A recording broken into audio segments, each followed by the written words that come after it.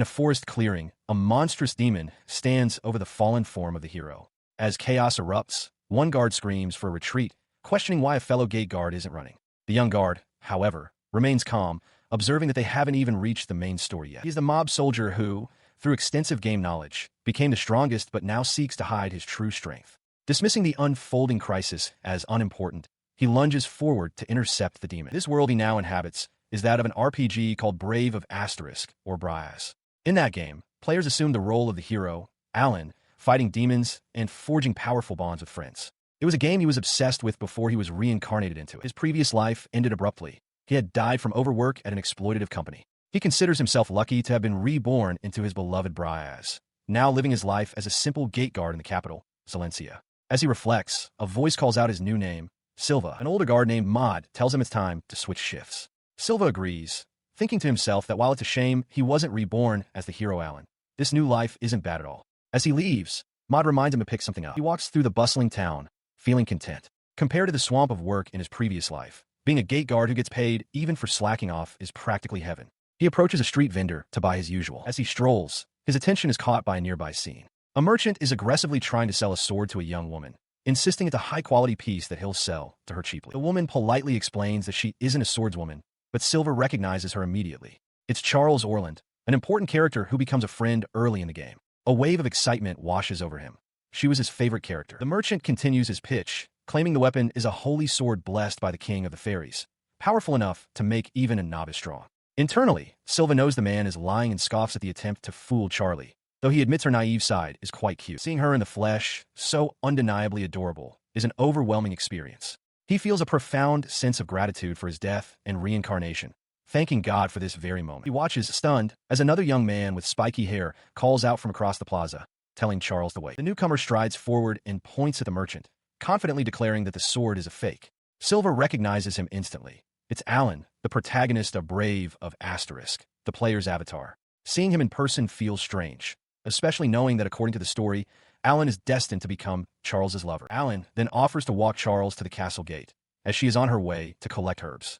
She agrees, and they depart together, leaving Silva standing alone in shock, muttering her name under his breath. As he gloomily watches them go, the merchant approaches him, insisting he shouldn't believe what Alan said. The man then offers to sell him the sword at a cheap price. The merchant continues his pitch, claiming that with this sword, even an ordinary person can become a hero. The words catch Silva's full attention. His expression hardens slightly. He reaches out, his hand stopping the merchant's own, and calmly declines the offer. He explains with a gentle smile that he is just a gate guard, and a regular sword is more than enough for him. His simple refusal leaves the merchant baffled. The older man calls him a strange fellow and turns away, muttering that he should try to sell the sword to someone else. As the merchant leaves, Silva's resolve solidifies. He is not the hero. He is nothing but a background character, a mob.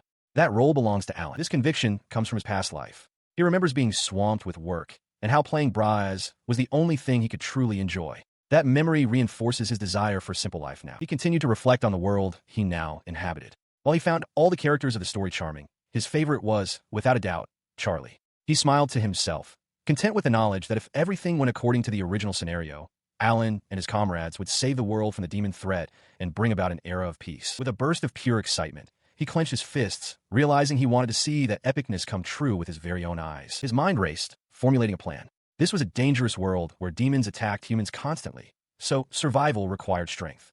He decided to utilize his game knowledge to that end. His personal strategy in such games was always to reach the maximum level in the very early stages, ensuring an effective and safe path forward. He was quick to clarify to himself, however, that this didn't mean he wanted to replace the protagonist, Alan. He was someone who always respected the source material. Using his knowledge to his advantage simply meant choosing an appropriate place where he could practice hard for many years and raise his status to the maximum levels. He would never forgive someone if they were to change the original story, even if that person were him. Just watching the scenario play out from afar was good enough. His reverie was broken by the return of his colleague. Maud was back. Silva's face brightened instantly, his hands clasped in delight as he exclaimed that original works were the best. A confused Maud looked at him, asking what on earth he was talking about. The older guard chuckled, dismissing the odd comment. He suggested they go for a drink once they were done with work. Silva eagerly agreed, giving a thumbs up and declaring that nothing beats a beer after a shift. Laughing heartily, Maud noted his subordinate's excitement and asked if something good had happened. Before he could answer, a desperate cry for help pierced the air. Silva whipped his head around, wondering what was happening. His eyes widened at the sight. A monstrous, spider-like demon had appeared within the city walls, hissing with menace. Maud stared, frozen in terror. As other guards scrambled to react, Maud turned to his partner. "What was that, Silva?" he asked. Silva, shaken, instinctively muttered the name of the event. The Wedge Day. He quickly caught himself, stammering that it was nothing. But his mind knew exactly what it was. The Wedge Day, an event that happens once a month before the main story truly gets rolling. It was a time when demons, who normally never work together, would cooperate to attack the kingdom.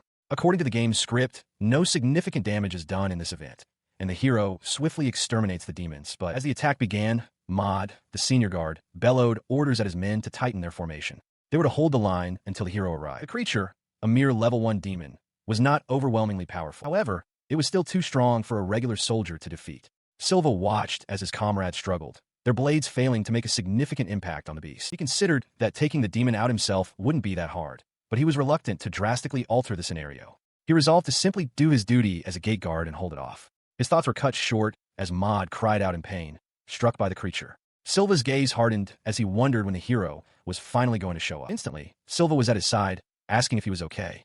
Maud waved him off, insisting it was just a graze. But when Silva turned back, the demon had vanished. Clenching his fists, he cursed the creature for daring to harm Maud before running away. Watching the uncharacteristic outburst, Maud was taken aback.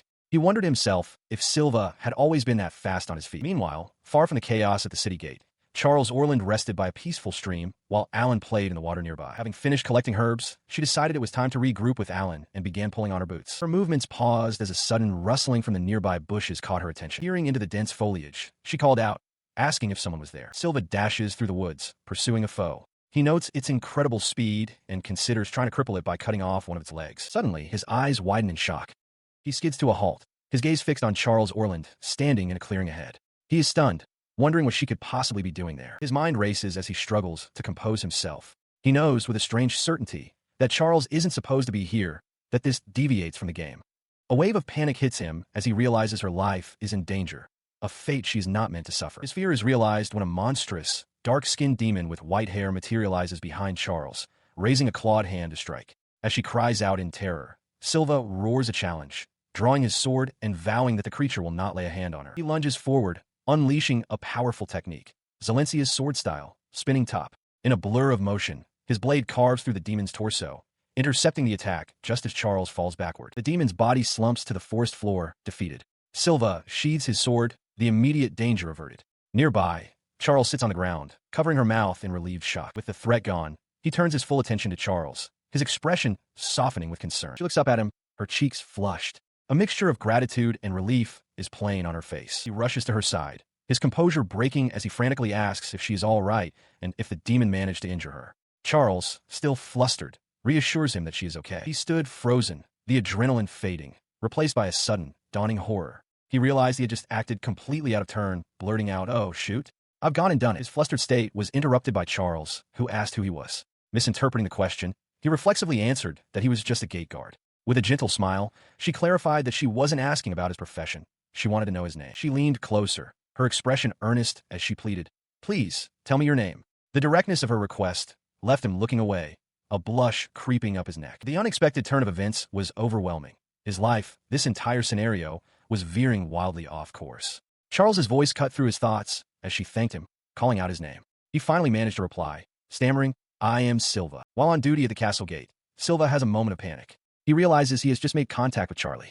He quickly turns to a nearby woman, explaining that he has guard duty and must be going. His mind races with anxiety. He recalls that he had no choice but to defeat a demon in front of her, and now he worries this action might influence the plot in some unforeseen way. As he frets, his superior, Maud, calls out his name. The older guard informs him that he has a direct summons from the captain of the elite Holy Guard. Stunned, Silva questions if he heard correctly, asking if Maud truly meant the captain. He offers a grim smile, stating that while he doesn't know what kind of trouble Silva has gotten himself into, he will take care of his funeral. Silva pleads with him not to say such ill-omened things. Maud laughs and apologizes, but adds a serious warning.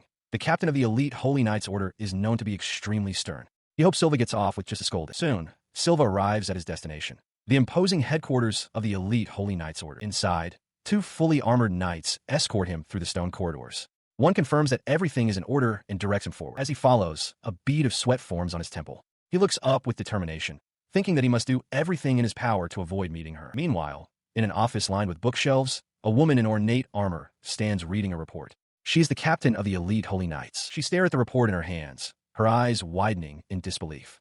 Through the window behind her, Silva could be seen approaching the office. With a sudden, explosive burst of energy, she slammed her hands forward, shattering the window glass with a bright, welcoming smile. As the door rattled shut behind him, Silva stepped inside. The captain welcomed him warmly by name. He took in her appearance, lustrous silver hair, blue eyes as deep as the ocean, and a physique he recognized as one of the best in the game. He identified her immediately. Elda Snow White, captain of the elite Knights Order.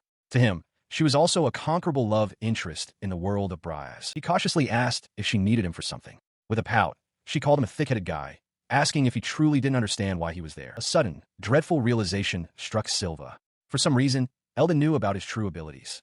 The fact that she had specifically called him over gave him a very bad feeling. His fear was confirmed as her expression hardened. Leaning forward, she asked him directly, "You're the one who took out the demon, right?" Silva flinched, startled by the accusation. He tried to play dumb, asking what she meant. Elda elaborated, referencing the demon attack from the other day and a report about a demon's corpse that had been found completely ripped apart. She continued her logical takedown, stating that the demon showed traces of being defeated by a technique called spinning top.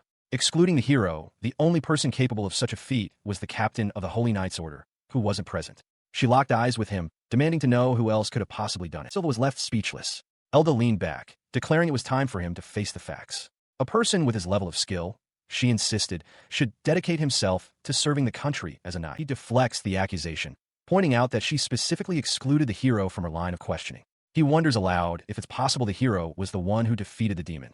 Internally, however, a single thought consumes him. If he were to confess, his peaceful life would be utterly ruined. Captain Elda taps a finger on her desk, dismissing his theory as naive. She explains that the hero is duty-bound to report all demon suppressions to the country, yet the defeat of the spider remains officially unknown. Leaning forward with an intense smile, she declares that she won't stand for it and demands he come to terms with the situation and join the Knights Order. Her expression contorts with shock and disbelief at his continued refusal. She demands to know how he can still deny it. From across the room, Silva retorts that she has no solid proof for her claims. Frustrated, she questions why he is so vehemently against the idea of joining the Knights Order. She begins listing the benefits, a handsome wage and numerous other perks from the country that would far surpass his current station. He concedes her point, but explains his reservations. As a knight, he would be forced to take on missions, his primary role being to back up the hero and protect the country. The thought of such a responsibility gives him mixed feelings. Continuing, he states plainly that he doesn't want to get close to the main characters. When Elda asks what he means, he quickly dismisses it as nothing, though he internally reaffirms his conviction. He has absolutely no plans to become a knight. Her expression hardens. She calls his reluctance a crying shame. Realizing that persuasion has failed, she concludes that she can no longer afford to be picky about her methods. As she rises from her desk, a bewildered Silva can only look on, questioning what she means. Silva stares in shock at a document thrust before him by the elite knight captain. It's a letter of admission, bearing a signature he vehemently denies writing. He recoils, realizing she's gone too far. He thinks to himself that as the captain of the Knights Order, she could easily get away with such a forgery. Her menacing demeanor vanishes in an instant. She dismisses the letter, claiming it was just a joke and that she can't force people to join without their consent. She then presents him with a rolled-up scroll. He takes the new document, asking what it is. The captain explains that she will give up on inviting him to join, but in exchange, she needs him to do her a favor. The paper shows a sketch of an unfamiliar man. She identifies the man as Brajo Bertoli, an applicant hoping to pass the entrance trials for the Knights Order. With a hardened expression, she states her request plainly. She wants Silva to stop him from joining. He recognizes the surname, asking if Brajo belongs to the incredibly famous Bertoli family. The captain confirms that he does, but her tone is laced with contempt as she calls the man an irredeemable scumbag. She explains the predicament. Because Brajo is a noble, she can't simply fail him in the trials without facing pressure from the higher-ups. This, she points out, is where Silva comes in. She lays out her plan. Silva will fight Brajo in a mock battle during the entrance trials. He is to defeat him soundly, convincing everyone that Brajo is unfit to join. Silva realizes with a start that she's using him for sabotage. He considers the proposition, then asks for confirmation. If he stands in for her and does this favor, will she truly stop trying to recruit him into the Knights Order? Her expression brightens into a wide, confident smile. She assures him that is the deal, stating that she is counting on him. Within the stone walls of the capital's fortress, a new and troublesome task weighed heavily on one of its guards. He trudged through the streets, sighing in frustration. They had given him one hell of a bothersome job. He considered the delicate balance of his predicament. Brajo was a character who wasn't supposed to be significant, yet he still had connections to the Knights Order. Any misstep on Silva's part could have unforeseen consequences, altering the course of events. This realization solidified his resolve. Brajo didn't factor into the main events, but Silva knew hardly anything about him. He would need to gather information. He steeled himself, determined to keep his contact with the main characters to a minimum. He vowed he would not screw up like that again. Just then, a light tap on his shoulder broke his concentration. Startled, he spun around to see a familiar face smiling at him. It was Charles Orland, who called out his name, Silva. His immediate reaction was panic. He insisted she shouldn't be meeting with him, then quickly backtracked, stammering that he was, in fact, happy to have met her. The memory of their first encounter, when he had steeled his resolve, flashed through his mind. She, however, was undeterred by his awkwardness. She reminded him that he had run away right after saving her, and that she had been looking for him ever since. He tried to explain, claiming he had some pressing matters to attend to. His excuse felt flimsy even to him. He covered his face with his hand, offering a sincere apology for leaving without a word. Charles watched him, a thoughtful expression on her face as she simply said, "I see." Then, her expression sharpened as a crucial question occurred to her. "By the way," she began, pointing a finger at him, "why do you know my name, Silva?" The unexpected question made him flinch. He feels a pang of guilt for lying to Charles. Thinking fast, he fabricates an explanation, claiming he was assigned to guard nobles at a party and happened to see her name on the list of attendees. She listens intently, her expression unreadable as she asks if that is truly the case. He can only manage a hesitant "okay" in response. At his reply, she puffs out her cheeks in a playful pout, clearly not entirely satisfied with his stiff demeanor. She tells him that she understands, but insists there's no need for him to be so uptight and polite with her. As he begins to protest that he can't simply do that, she interrupts, stating that she wants to thank him for what he's done. He becomes flustered, dismissing her thanks by saying he was simply doing his duty as a soldier. Unswayed, she insists, declaring that she will do anything for him and will even help out with his work. She then reveals her true intention. She is conducting an investigation and wants his help. With a strained smile, feeling he has no other choice, he agrees. In the capital city of Zalencia, Silva and Charles arrive in the bustling red light district. This area is known to be frequented by members of the Bertoli family, one of the most prominent noble houses in the country. They meet with an informant, who explains that because the family is so popular, it was easy to gather information. She relays the rumors circulating about them. They've secured immense leverage with the royal family through large donations, but are also said to be involved in human trafficking and dealing illegal drugs. Absorbing this grim news, Charles glances towards Silva with a faint blush as they walk through the crowded streets, drawing stares from the locals. He believes that, according to the information he received, their target should be somewhere in this area. Noticing her silence, he turns to her and asks what's wrong. Her face flushes a deep red. Covering her mouth with her hands, she shyly asks him just where he plans on taking her. His eyes widen in shock as he realizes her implication, and he frantically insists she has it all wrong. Seeing his reaction, she giggles, admitting she was only kidding, and expresses her hope that they find this Brajo fellow soon. As it turns out, their target, Brajo, is known for being a wastrel. He squanders his parents' money, buying copious amounts of alcohol every day and wandering about in a drunken stupor. Walking down a quieter alley, Silva wonders aloud where a man like that would usually stay. Charles confirms that she knows he is in the red light district, but speculates that they may have arrived too early. At that exact moment, a loud growl erupts from Silva's stomach. He flushes with embarrassment, mortified that his stomach would betray him in front of his companion. Apologizing, he sheepishly asks Charles if she is hungry and wants to grab a bite to eat. He agrees, deciding they should look for a restaurant with tasty food. Charles admits she's starving too, and her eyes light up as she points toward a nearby establishment, noting a good smell coming from it and suggesting they investigate. Her suggestion proves fruitful. Inside, Charles takes a large, satisfying bite of a hamburger, her expression one of pure enjoyment. As she eats, Silva watches her, a look of surprise on his face. He recalls reading that she, a noble, loves hamburgers, but finds the reality of it unexpectedly charming. His observation continues as Charles looks downcast, lamenting that it's a shame she can never get a good bite. Silva muses that it can't be helped, given how small her hands and mouth are. She stares at her meal, considering the problem. After a moment, she decides it's not so bad, since she still gets to eat the bun. With this realization, she takes a delicate bite of just the bread. Silva understands now. This must be how she usually eats them. He is utterly captivated by the sight, feeling that her cuteness is so overwhelming he might just pass on to the afterlife. After their meal is finished, Charles thanks him for the food. Seeing that it's gotten late, she asks where they should continue their search. He explains that since the red light district becomes dangerous at night, he plans to continue the investigation by himself. His words are cut short by a loud slam on their table as someone shouts for attention. The source of the interruption is a menacing group led by Brajo Bertoli himself, flanked by armored guards. He sneers and demands to know if there are any spare tables on the second floor. He had a reputation for causing trouble. Just the other day, he had snapped that the food was taking too long and threw a glass. He was also known for forcing himself on girls and flirting with them. This arrogance was on full display as he bellowed at a waitress, questioning how they could have no spare tables. He announced his own name, Brajo Bertoli, as if his mere presence should grant him entry, while his female entourage looked on at the packed restaurant. His demands escalated.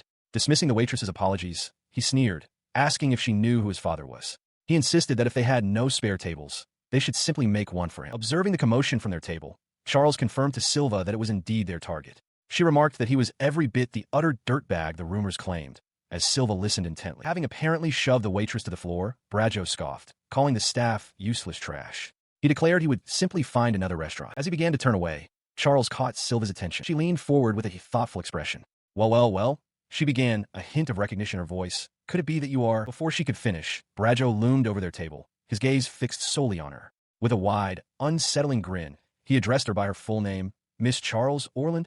Silva watched him, his expression guarded. He leaned closer, attempting a friendly tone, urging her not to be so cold and claiming they had met at a noble's party recently. Charles, however, showed no recognition, asking if they had met before. Her failure to remember him sent him into a rage. His face contorted as he menacingly asked if she was truly saying she didn't remember him. Charles closed her eyes, trying to recall, but admitted she couldn't. Her eyes then snapped open in alarm, a bead of sweat on her brow. His face contorts into a malicious sneer, his eyes wide with fury. He clenches a fist, his voice dripping with venom as he leans in. If her memory is truly so fuzzy, he promises he will take his sweet time to ensure she remembers him. Inside a tavern, the nobleman Brajo brutally recoils with a look of profound disgust, while the young guard, Silva, stands before him with a cool, determined expression. Recovering his composure, he leans towards Charles Orland, dismissing their current location as a dingy tavern. He offers to take her to a high-class restaurant instead, explaining that her beauty is famous even in high society and that he wishes to get to know her better. His proposition is met with a blunt refusal from Charles, who states she is not interested. Nearby, Silva's face twists into a strained, angry smile, finding the man's shamelessness unforgivable. She repeats her disinterest, but Brajo persists, offering to treat her to exquisite food, liquor, and luxurious fruit juices. With an exasperated sigh, Charles points out that she is not yet of drinking age. The repeated rejections finally cause Brajo's charming facade to crack. His eyes narrow with contempt as he glares at her, thinking of her as a mere wench. His attention then shifts to Silva. He points a finger at the guard and asks Charles if this is her bodyguard. Before she can respond, Silva steps forward and confirms it himself, stating that he is indeed Lady Charles Orland's bodyguard. He thinks that this declaration will give him the perfect justification to protect her if Brajo makes any unwanted moves. Taken aback by his sudden declaration, Charles averts her gaze, a faint blush on her cheeks as she stammers out an agreement. The confirmation sends Brajo into a fit of hysterical laughter. He scoffs at the idea that a man with such a common-looking, mob face could ever serve as a bodyguard for a noble. As the nobleman mocks him, Silva grits his teeth, a wide, menacing grin spreading across his face as he entertains the thought of simply cutting off the man's head. He continues his insults, condescendingly asking if Charles's family is suffering from a shortage of manpower and offering to lend her one of his own bodyguards. Silva's expression darkens, a wave of guilt washing over him as he realizes that his presence is the reason Charles is being subjected to this public humiliation. With a menacing laugh, Brajo gestures to his own retinue. He boasts that they are all elite bodyguards, former members of the Holy Knights Order, handpicked by his family. He presents the 4 imposing, heavily armored men as proof of his status, asking if they don't perfectly fit the role of serving him. As they walk away from the confrontation, Charles tells Silva it's time to go. He, however, is lost in thought, muttering his disbelief that former members of the Holy Knights Order would sell themselves out to someone so pathetic. His boisterous laughter cuts through the air, causing Charles to glance back with a puzzled expression. Brajo mocks them, expressing his hope that they'll make it back to their mansion safely with such a wimpy-looking bodyguard. In response, a confident smirk plays on her lips. She turns and declares that Brajo's bodyguards don't even hold a candle to him. Once they are further away, she apologizes to Silva, admitting she got angry when they made fun of him. He is surprised, stating he never imagined she'd get upset on his behalf and that it feels like a blessing. He then suggests that provoking them might have been a good idea, asking if she needs something from them, though she doesn't immediately understand his meaning. He realizes this is the perfect opportunity to gather information on Brajo. Just then, they are confronted by the nobleman's guards. The lead guard states they want to put Charles's boast to the test. She gives him a sidelong glance, a silent understanding passing between them as they face the armored men. Turning his attention back to the guards, Silva calmly accepts their challenge. The lead guard grins, replying that's what he'd like to hear. With a sharp crack of his knuckles, he issues a demand. They will tell him all of Brajo's wrongdoings. A heavy thud echoes as the guards, suddenly terrified, immediately capitulate, crying out that they will tell him everything. He listened, his eyes widening in disbelief as the terrified guard began to speak. The man, sweating and trembling, admitted that Brajo's misdeeds were extensive, stating there was even more to tell. He recounted a litany of crimes, selling counterfeit drugs, blackmail, and physical assault, confirming that the nobleman was, in his own words, one hell of a scumbag. One of Brajo's men holds Silva at knife point, revealing his master's plan. After passing the entrance trials, Brajo intends to find leverage on the captain to seize complete control of the Knights Order. He understands Brajo's intent is to make the order subservient to him, a move that would endanger the townspeople and allow corruption to fester throughout the country. Silva realizes he must intervene to stop this plot. Now standing over the defeated guards, he tells them he won't report their loss. He instructs them to return to their master with a fabricated story of their victory and to never speak a word of what truly happened. As he deals with the aftermath, Charles Orland approaches, calling him Silva. She remarks that no ordinary soldier could have done what he did, easily wiping out a demon, and asks him directly how he became so strong. He turns to her with a wide smile, cheerfully explaining that it was tough training. For many years, he says, he has been hiding out in the mountains. He elaborates that the place was crawling with monsters, and he nearly died every day, which is how he grew so strong. Seeing Charles's concerned expression, he quickly reassures her that she doesn't need to resort to such dangerous methods. He smiles warmly, betting his life that Charles will get stronger without such hardship. Touched by his conviction, Charles replies that if he feels that way, then she will trust him. Having settled things, they walk off together. Silva announces that he's hungry and suggests they find somewhere else to eat, prompting Charles to ask if he's treated. Later that night, a tower is silhouetted against the starry sky. Charles's voice can be heard, confirming that of course she will treat him, as all nerds are duty-bound to treat their favorites. The day of the entrance trials for the Knights Order arrives. It is announced that the 127th trials will begin with the first exam, a mock fight. One-on-one fights will be conducted by lottery, with the winners advancing. Holding a notice, Silva steals his resolve, determined to stop Brajo from making the order his own. He hadn't expected to meet his target so soon. Brajo Bertoli pointed a gauntlet finger, recognizing him as the dull-looking bodyguard from before. Silva, unfazed, offered a simple greeting, surprised to see Brajo there as well. The nobleman sneered, remarking that he could say the same. He revealed that his bodyguard had reported the outcome of their encounter, and that they were supposed to have beaten Silva soundly to teach him a lesson. Yet, he observed, Silva didn't look injured at all. With a knowing smile, he explained that he had simply gone to the church for a healing potion. It had cost him a fair bit, he admitted, before adding a pointed remark about the idea of Brajo struggling to afford one himself. Brajo erupted in fury at the insult, scoffing at the mere mention of a healing potion. He gestured grandly to his own gleaming armor, boasting that it was top-shelf equipment forged from extremely rare orichalcum. Just then, an official voice called out both their names, summoning Brajo, Bertoli, and Silva to the center of the training grounds. The realization that they were to be opponents sent Brajo into a fit of derisive laughter. He declared Silva an unlucky fellow, unable to believe his good fortune. Silva simply acknowledged the situation with a calm, "You're right, Sir Brajo." Turning to the trial examiner, he inquired about the consequences of killing an opponent. The examiner stated plainly that such an act would result in disqualification. A look of mock relief crossed Brajo's face as he turned back to Silva, telling the mob soldier that he had narrowly escaped. With a cruel grin, he decided to proceed. "Well then," he snarled, before lunging forward with his sword raised, roaring, "Here I come." The charge was cut short. With a barely perceptible flick of his finger, Silva sent Brajo's sword clattering out of his grasp. Brajo stared in disbelief, stammering in confusion. Silva casually remarked that his hand must have slipped, adding that Brajo had made a narrow escape. He then wondered to himself if a strong blow would be enough to kill the man, even with his armor. He then proposed an idea.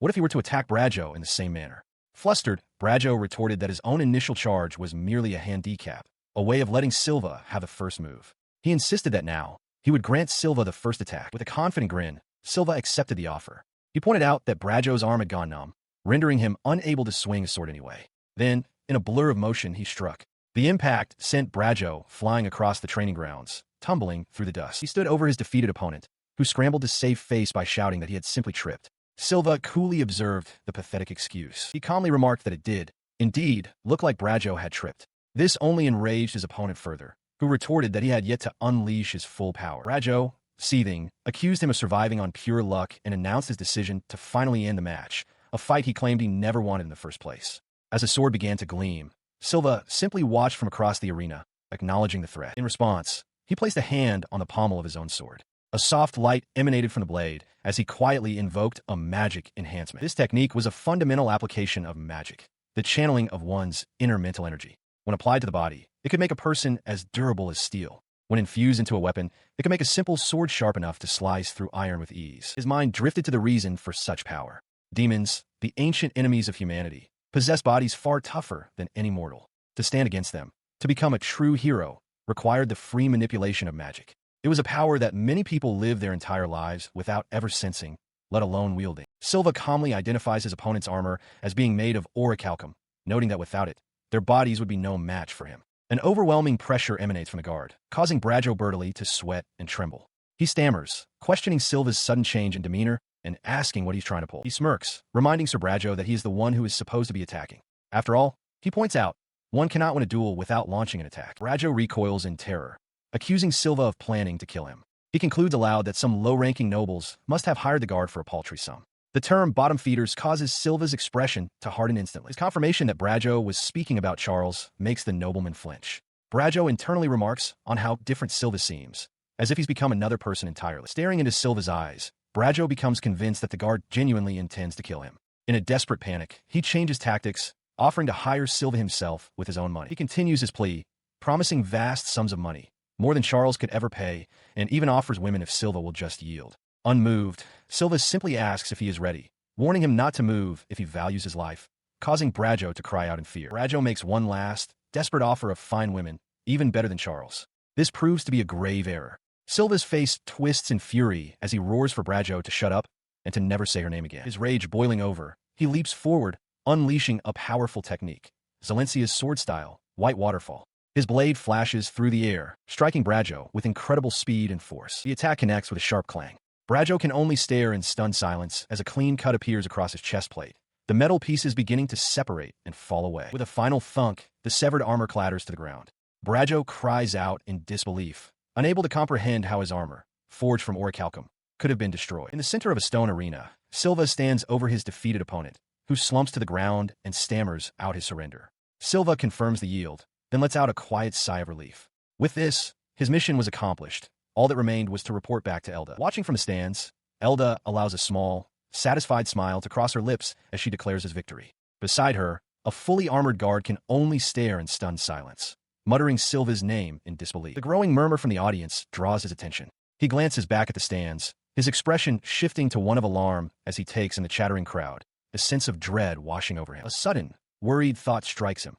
He might have drawn far too much attention to himself. Inside her office, Captain Elda sits at her desk with a satisfied expression.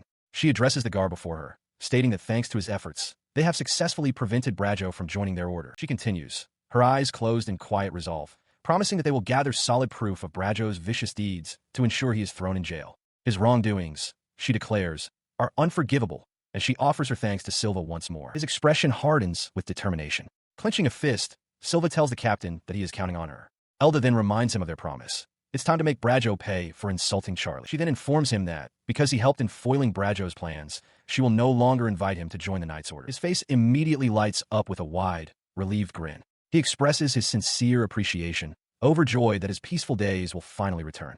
Elda looks on, a little surprised, realizing he is being completely serious about not wanting to join. Her surprise quickly turns to disbelief, her eyes welling up with tears. She presses him, asking if he is really, truly sure. Without a moment's hesitation, Silva confirms that he is absolutely positive, not interested in the slightest. Her composure shatters completely. Slamming her fists on the desk, Elda erupts into a tearful tantrum, shouting that he should work for her as a knight and demanding to know why he won't, crying that she wants him by her side. Silva is stunned, realizing this is a completely different form of promise than what he'd imagined. He watches her cry, thinking to himself that he hadn't anticipated a spoiled brat Elda event would occur. Sighing, he remembers his need to keep his promises and offers her a handkerchief. She accepts the cloth, sniffling her thanks and promising to wash it and give it back. As she wipes her tears, she grabs his arm and pleads with him to at least continue to do his job well as a gate guard. Having extricated himself, Silva walks away alone, deciding he will make sure to lay low for the time being. Behind him, two other guards watch him go, one remarking that he looks like a common mob character, completely different from what they've heard. He overhears a conversation between two other guards. One mentions another demon sighting, the third this month, leaving Silva with a look of quiet concern. This news troubles him. Looking out over the city from his post, he sighs, bothered by the increase in demon activity and wondering if it has something to do with the main story he feels is about to begin. He sits down, feeling that he's drawn too much attention to himself recently. He can only hope that these new developments won't affect the plot in any significant way. He muses that since Alan is the protagonist, a happy ending for this world is practically guaranteed. His mind briefly pictures Alan as a triumphant, heroic figure. His thoughts are shattered by a sudden, loud slam nearby. He whips his head around, startled, as a bead of sweat forms on his temple. He throws up an arm as something lands with immense force, kicking up dust and debris. Through the haze, he sees a woman smiling down at him, realizing with a start who it might be. The figure is revealed to be a woman in an ornate, dark outfit, a sheathed sword at her side. She looks down at the stunned guard on the ground. "There you are," she says, addressing him by name. "Silva." She then introduces herself with a confident smile. "Special grade hero, Kagaya." Her dramatic arrival immediately draws a crowd. Onlookers begin to chatter amongst themselves, recognizing the famous Lady Kagaya and wondering what a special grade hero is doing there. As Silva tries to sneak away, hoping to keep his contact with main characters to a minimum, Kagaya leans in close. Darling, she whispers, a sly look on her face. I've been looking for you since forever. Before he can react, she suddenly wraps her arms around him from behind in a tight embrace. Where are you running off to and leaving your dear wife behind? She asks, as the flustered guard silently screams for help. Still held in her embrace, he listened as Kaguya introduced herself. She declared that she was a conquerable love interest who had appeared out of the blue, and more importantly, the only hero to ever be granted the title of special grade.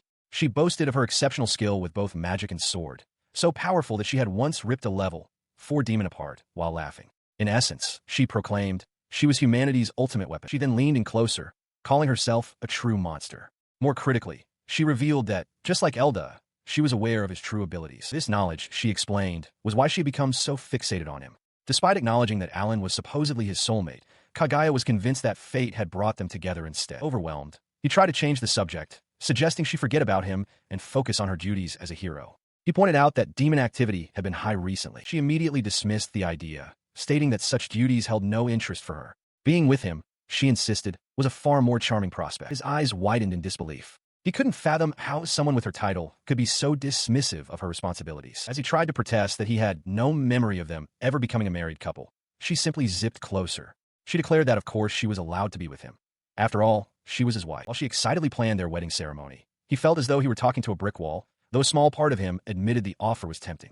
Unfazed, Kaguya suddenly suggested they visit an interesting cafe she'd found to spend some quality time together as a couple. Before he could properly respond, she grabbed his arm and began pulling him away, his protests about their marital status completely ignored. Meanwhile, at the Holy Knights Order headquarters, Elda reviewed a report at her desk.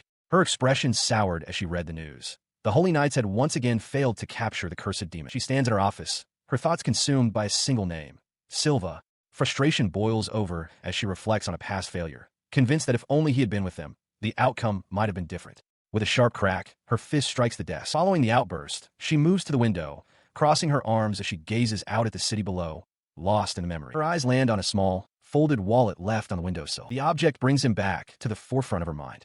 He was a strange one, she thinks. Even now, in such a difficult situation, she finds herself inexplicably expecting him to do something extraordinary. Her mind flashes back to a chaotic battlefield. A knight's desperate cry rings out. The hero has been taken.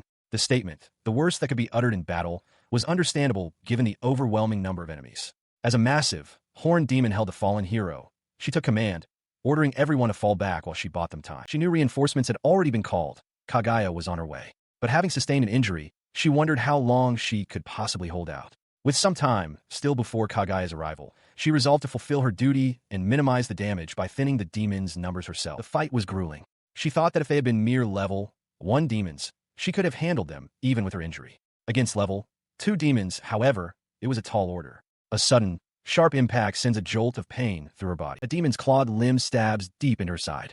Gritting her teeth against the agony, she steels her resolve, declaring internally that she has no intention of sacrificing herself for free. A faint light begins to glow from her armor. She lunges, unleashing a sweeping attack that slices across the horned demon's chest. The creature simply grins, unfazed. Ignoring the beast, she dashes past, desperate to reach her comrades. But the demon roars, telling her it's not so fast. It leaps through the air to intercept her, a terrifying sight against the backdrop of her knights, cowering in fear. She remembered him clearly from that day. He wasn't a knight in shining silver armor. Instead, he wore battered steel and simple shoes. Yet he was the one who stood and looked the demon straight in the eye. As she began to shout a warning, he cut her off, stating that they hadn't even gotten to the main event yet. With that, he charged forward, swinging his sword and shouting incomprehensible gibberish. Elda could only watch, thinking his effort would be meaningless. But Kaguya, who was also there, saw it differently. Elda recalled the way he looked at that moment, thinking he was by far the most beautiful of any knight she had ever seen. The memory faded. Back in the present, Elda explained to Silva that ever since that day, she had incessantly asked him to join the Holy Knights Order. Yet, she noted with a hint of frustration, he always denied himself the opportunity. She grabbed him by the collar, her voice filled with conviction. She told him that she felt he had been given a power specifically to protect this world. The next day, Elda arrived at the scene of an attack. A knight on duty greeted her, expressing surprise that she had come in person. The knight reported that there were 2 victims. He explained that it seemed to be the work of a cunning demon, as there were hardly any traces left. He concluded that they would need to call for Sir Hero. She confirmed that she had already asked him to come, but since they didn't know anything about their target, they were prioritizing the investigation for now. She ordered the knight to continue his report, and he acknowledged. She continued, stating that both victims were women. They had bite marks, and it seemed their blood had been drained. Considering the lack of any other traces, He estimated the demon was probably over level 3. Elda's face hardened as she took in the grim news, thinking how awful the situation was. The scene before her was one of utter devastation. Bodies lay strewn across the floor in a tangled heap, their clothes ripped and faces locked in silent screams. A grim testament to the demon's brutal attack. Clenching her fist in frustration, she turned to the knight beside her. She ordered him to relay a message to the other knights and to summon gate guard Silva to the Knights' Orders headquarters. Her voice then rose, putting all holy knights and soldiers on high alert and commanding the scout regiment to expand its range of search immediately. Flanked by armored guards, Kaguya leans in close to Silva, expressing her excitement for their first task together and calling him darling. Visibly flustered, Silva demands she stop using that phrase. He inwardly laments the situation. Yesterday was already difficult with Kaguya following him around, and now he's been assigned to investigate the demon attack. He feels he's gotten himself into a messy fix. The scene shifts to several hours prior. During a briefing with the elite knight captain, Elda, Silva asks her about a vampire, and she confirms his query. She clarifies that vampire is a popular alias being used for the culprit behind the demon attack that occurred the other day. Continuing her report, she informs him that there were 2 victims. Their corpses were discovered completely drained of blood, with distinct bite marks on their necks. Back in the present, Silva wonders aloud what Kaguya is doing there. She snuggles up against his arm, declaring with a smile that she does as she pleases and that it has nothing to do with the captain, who watches them with a stern expression. In a swift motion, Elda slaps Kaguya's hand away from Silva, shouting for the lascivious wench to get away from him. She pushes Kaguya back, repeating her demand. Unfazed, Kaguya calmly points out that she was merely linking arms with him. Kaguya calls the captain uptight.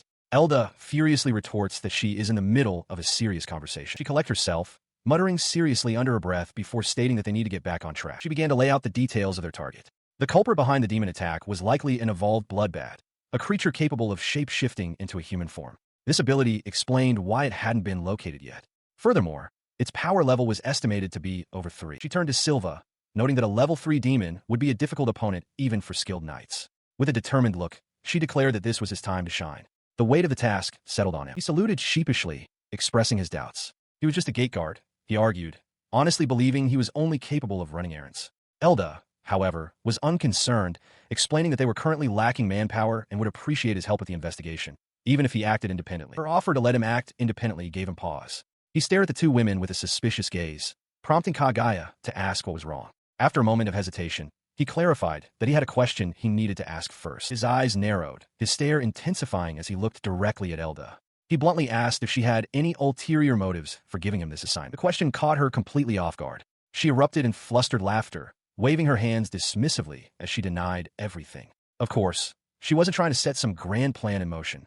It certainly wasn't her hope that by helping with the investigation, he would earn the respect of others, which would in turn make it easier for her to officially invite him to join the Knights' Order. As her nervous laughter continued to fill the room, he stood silently for a moment before dryly pointing out that she had just blurted out every single detail of her supposed secret plan. He sighed, understanding her intentions now. He explained that while he normally couldn't refuse an order for a simple investigation, he would accept this one.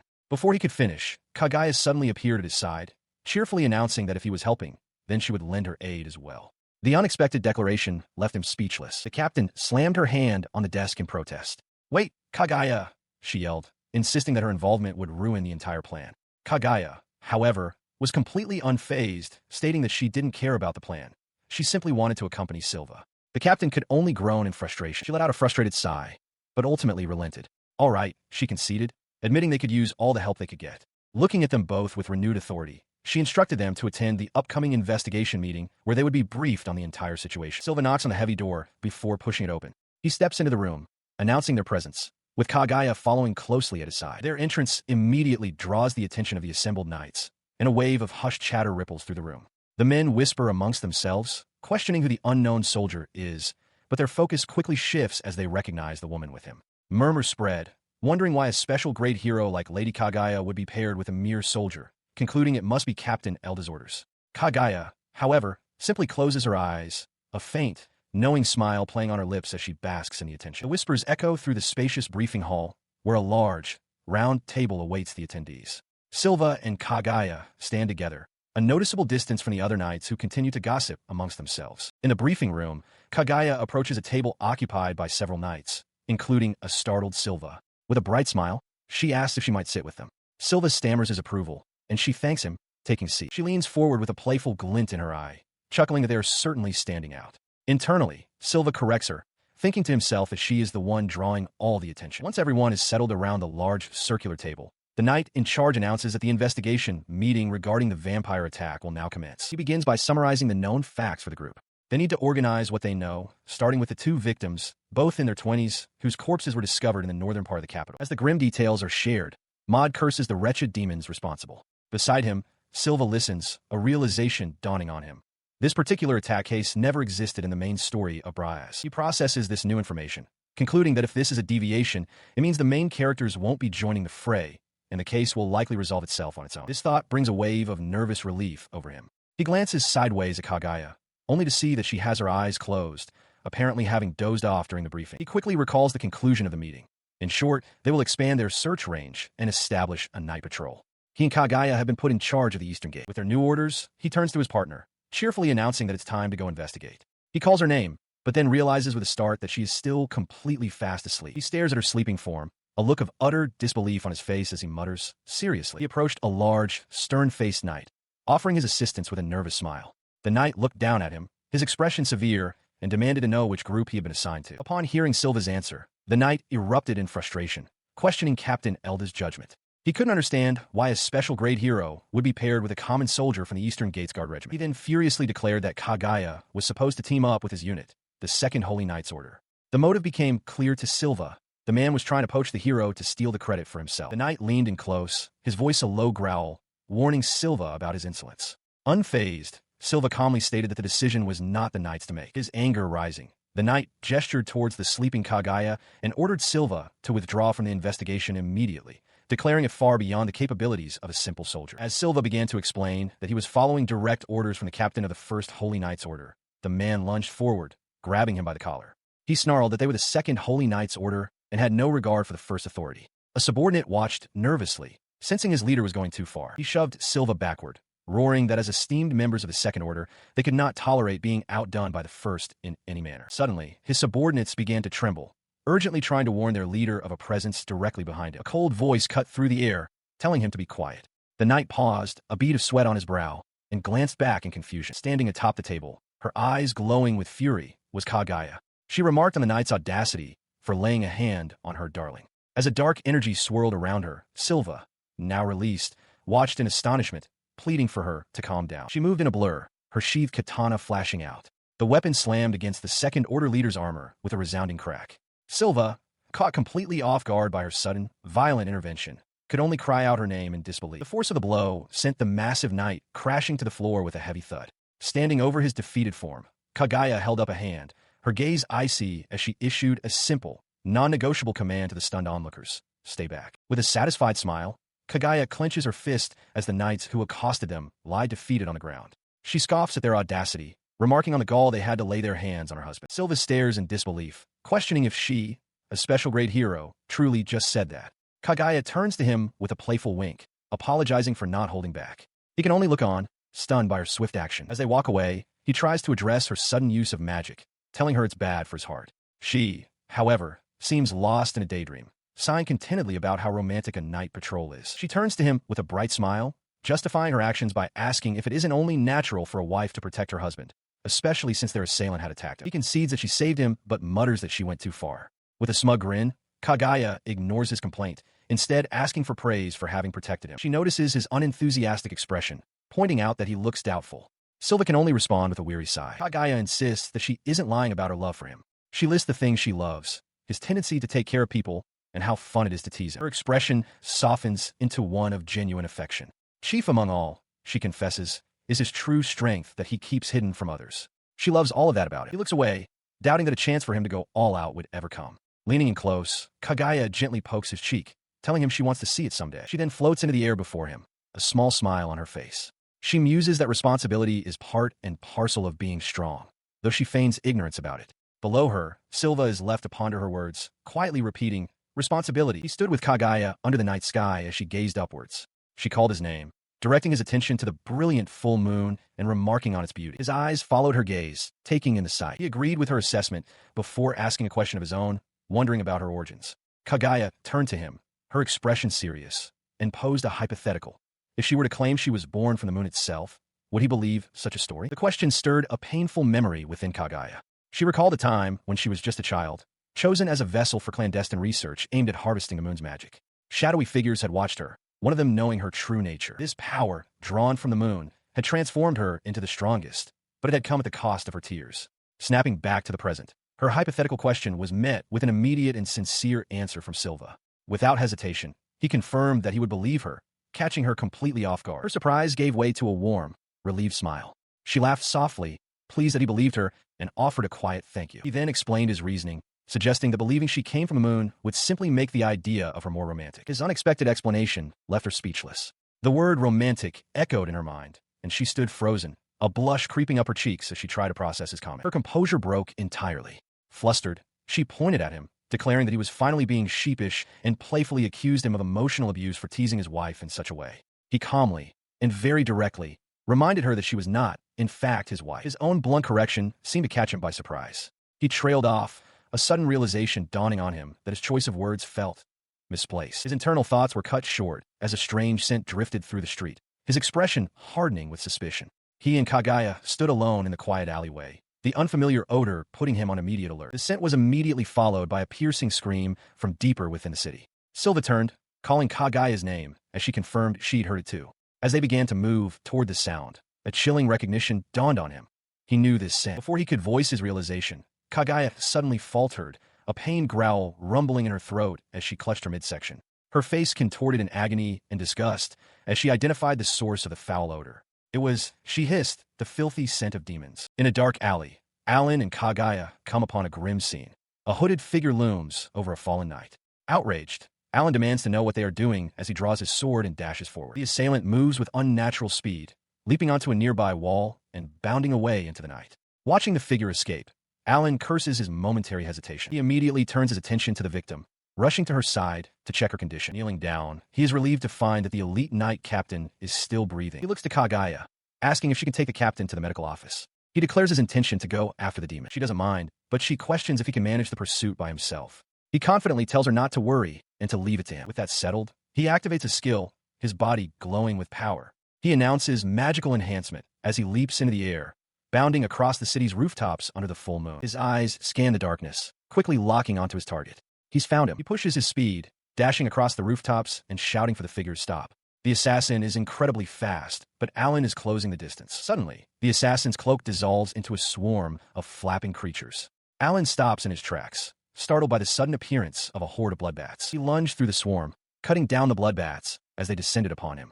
Grunting with effort, he found a sheer number of them to be an incredible nuisance. As he fought, he wondered if this cursed demon could truly command its own minions. Unseen by Alan, another young man observed the battle with a knowing look, identifying the technique as Zalencia's sword style. He put the style into practice, unleashing a powerful wild thrust that tore through the bats. The hooded figure recoiled in surprise as Alan, eyes locked on his target, declared that he had finally caught up. The hooded figure's expression tightened, a flicker of annoyance crossing its concealed features. Ignoring Alan's pursuit, the assassin turned to flee as the remaining bloodbats swarmed him once more. "Wait," he yelled, his frustration boiling over.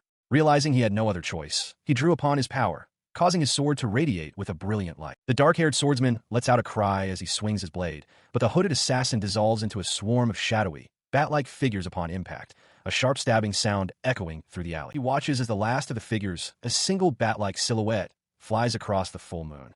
Standing alone, he sheathes his sword, realizing with frustration that his target got away. His duty for the night concluded, he makes his way to a local clinic, its windows casting a warm light into the darkness. Inside, Kagaya greets him, asking if he returned empty-handed. The swordsman, sitting on a bench, apologizes for letting the creature escape, but confirms he saved a life with something called heminitic. Kagaya then inquires if he sustained any injuries. He looks down, admitting it was a mistake to give chase alone.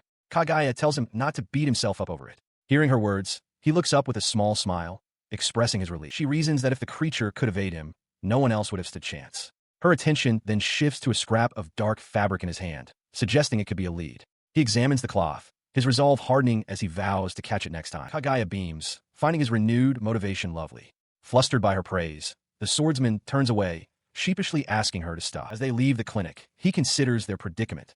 The search for the demons has been fruitless, possibly because they are being protected. He concludes that these starved demons will likely strike again soon, and they must be stopped before there are more casualties. He looks up to find Kagaya perched on a nearby rooftop, humming a tune. He calls up to her, explaining that his only lead is the piece of cloth stained with the demon's blood. Staring up at her, he decides to take a chance on a long shot, asking Kagaya to try and smell the cloth. He held out the piece of cloth, asking if she could trace the demon with its scent. He reminded her of her previous claim to be able to recognize such smells, but Kagaya could only stare back, bewildered. She clarified that while she was sensitive to the scent of demons, her nose wasn't so sharp that it could be used for tracking. She bristled at the implication, stating firmly that she was not a dog, even as he insisted he was counting on her. Her words deflated his hopes. He slumped in frustration, muttering his disappointment that his brilliant idea had amounted to nothing. Seeing his dejection, Kagaya's expression shifted entirely. With newfound, fervent determination, and a pair of cat ears suddenly atop her head, she declared that if it was his wish, she would do anything to fulfill it. She proclaimed it her duty as a wife, offering to become a cat or even a dog for him. Her zealous offers escalated, promising to lick his shoes or even take off his clothes. Flustered by her intensity, the swordsman, Silva, shouted for her to stop, insisting he would be the one to apologize. Their frantic exchange was interrupted by a new arrival.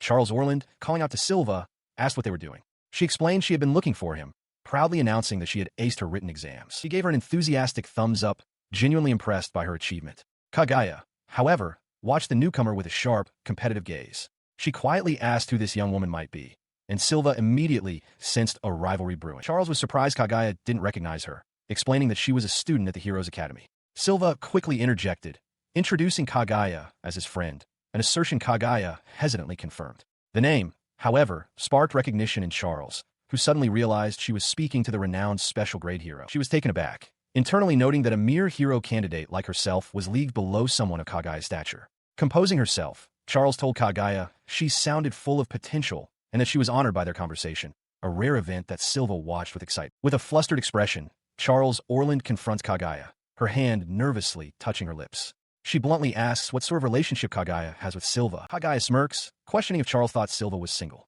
She then dramatically proclaims herself to be his wife, the most fragile, demure, and beautiful in the world. This declaration sends Silva into a panic, as he realizes with dread that Charlie is now being drawn into the rivalry. He is momentarily relieved at the prospect of clearing up the misunderstanding, but the shock that Charlie is also becoming jealous quickly takes over. Turning to Charles, he wonders where he should even begin his explanation. She eyes him skeptically, asking if they are merely business partners. He hastily confirms that Kagaya is just a friend and that they are currently business partners, insisting that her claim of being his wife is entirely self-proclaimed. He continues, explaining that they are scheduled to go on patrols together due to the recent string of vampire attacks. At this, Charles's interest is piqued. She mentions that news of the vampire case has been circulating at the academy and declares that she would like to help as well. Kagaya interjects with a condescending smile, questioning what Silva's friend could possibly do. Annoyed, Charles retorts that she can be of help, confused by Kagaya's pointed emphasis on the word friend. To prove her worth, Charles claps her hands together. A brilliant light erupts from the ground around her as she issues a command for her master to appear. In response to her call, the spectral form of a massive wolf materializes behind her. "Fenrir Wolf," she cries out. Kagaya watches, a look of genuine interest on her face, recognizing the summoning spell as a fascinating piece of magic. The summoned wolf licks her cheek affectionately. Charles explains that her elemental magic allows her to summon her contracted spirits at any time. She introduces the creature as Fenrir, a wolf spirit she calls Ruru for short. As she stood beside her newly named spirit, Silva remarked on the cuteness of the name Ruru. He observed that elemental magic is considered an omnipotent skill, invaluable for both combat and reconnaissance. The wolf simply let out a soft bark in response, catching Silva's attention. She explained that Ruru has been her companion since childhood. Silva found this incredible, confiding that the spirit is usually wary of everyone but her. Reaching out a hand, he was amazed as the wolf spirit allowed the touch. He realized the significance of the act, recalling that even Alan could only pet Ruru after his bond with Charles had reached its absolute peak. The spirit responded with pure delight, rolling onto its back. As Charles cooed at the cute display, Silva happily obliged, rubbing the wolf's belly. Kagaya, however, was not met with the same warmth. The wolf spirit stood its ground, growling defensively at her. She puffed her cheeks in annoyance, privately thinking it a rude animal. Charles simply chuckled, explaining that this guarded behavior was normal. Silva was the exception. Elaborating on her spirit's practical skills, she stated that Ruru can sniff out and track demons. Once the wolf has a scent, finding their target becomes a simple task. Silva immediately saw the potential, asking if Ruru could follow a demon's trail using the smell from a piece of cloth. Putting the theory to the test, she held out a piece of cloth for the wolf to smell. Ruru sniffed it intently before letting out a sharp bark, its head snapping upwards as it caught the trail. Charles noted the immediate reaction, realizing her spirit had found something. With the lead secured, Silva turned to his companions. After getting acknowledgments from both Charles and Kagaya, he gave a decisive command to pursue their quarry. At night, before a pair of wooden structures, a small group stands in the shadows, preparing for their next move. The group stands ready. The Fenrir wolf, Ruru, takes the lead, followed by Charles, Kagaya, and Silva, all observing their target under the starry sky. Kagaya breaks the silence, asking Silva for the plan and whether they should all infiltrate. She then turns to the wolf, asking, "Rue, does the small one come off from there?" The beast lets out an enthusiastic bark in response. Charles, however, voices her concern, asking if just the two of them will be all right. Silva dismisses the idea of a full infiltration, declaring that only he and Charlie will go inside. He instructs Kagaya to stand by outside. She challenges his decision with a pointed look. She reminds him that despite all her trouble, he still ended up letting their target get away last time. He acknowledges her point with a confident smile. "I know," he says, explaining that is precisely why he wants her to stay outside. He then explains his reasoning more clearly. Her power is a bit over the top, and she's not suited for fighting in close quarters. He states that Riru and Charlie are needed for the infiltration, and it's necessary to have someone keeping guard outside. Her expression softens at his words, a blush spreading across her cheeks. She murmurs that he knows her well. Suddenly overcome, she floats into the air behind him, arms spread wide in a dramatic pose. She declares how happy she is, wondering if this feeling is love, before quickly adding, "Of course not." Silva looks on, stunned, while Charles and Riru watch impassively. From her elevated position, she formally accepts a role. She announces that she will follow his instructions in order to respond to his love. Inside the building, Silva lays out the final step of the plan. With a confident expression, he assures his companions that he won't let a single threat get past him. He then turns to Charles, stating his intention to have Riru take the lead, a suggestion the wolf spirit greets with an enthusiastic pan. He smiles, impressed by the wolf's eagerness, thinking how dependable Riru is. The spirit responds with a sharp bark, ready for action. His attention then shifts fully to Charles, instructing her to stay behind him for her own safety. She looks up at him, a faint blush on her cheeks. With the formation set, they venture into the dark, cavernous interior of the structure. Sword in hand, Silva steals his expression and signals for them to move forward. They proceed cautiously down a wooden corridor, with Riru at the front, sniffing the air for any sign of danger. The tense silence is broken by a sudden thump as Charles stumbles, startling Silva, who turns back in surprise. She quickly apologizes, her face flushed as she clutches the front of her coat. She explains that she just got a bit scared. Her words cause Silva's heart to pound. He blushes intensely, thinking to himself that it's understandable for her to be anxious, as she is still just a student at the Heroes Academy. But Charles's fear was a pretense.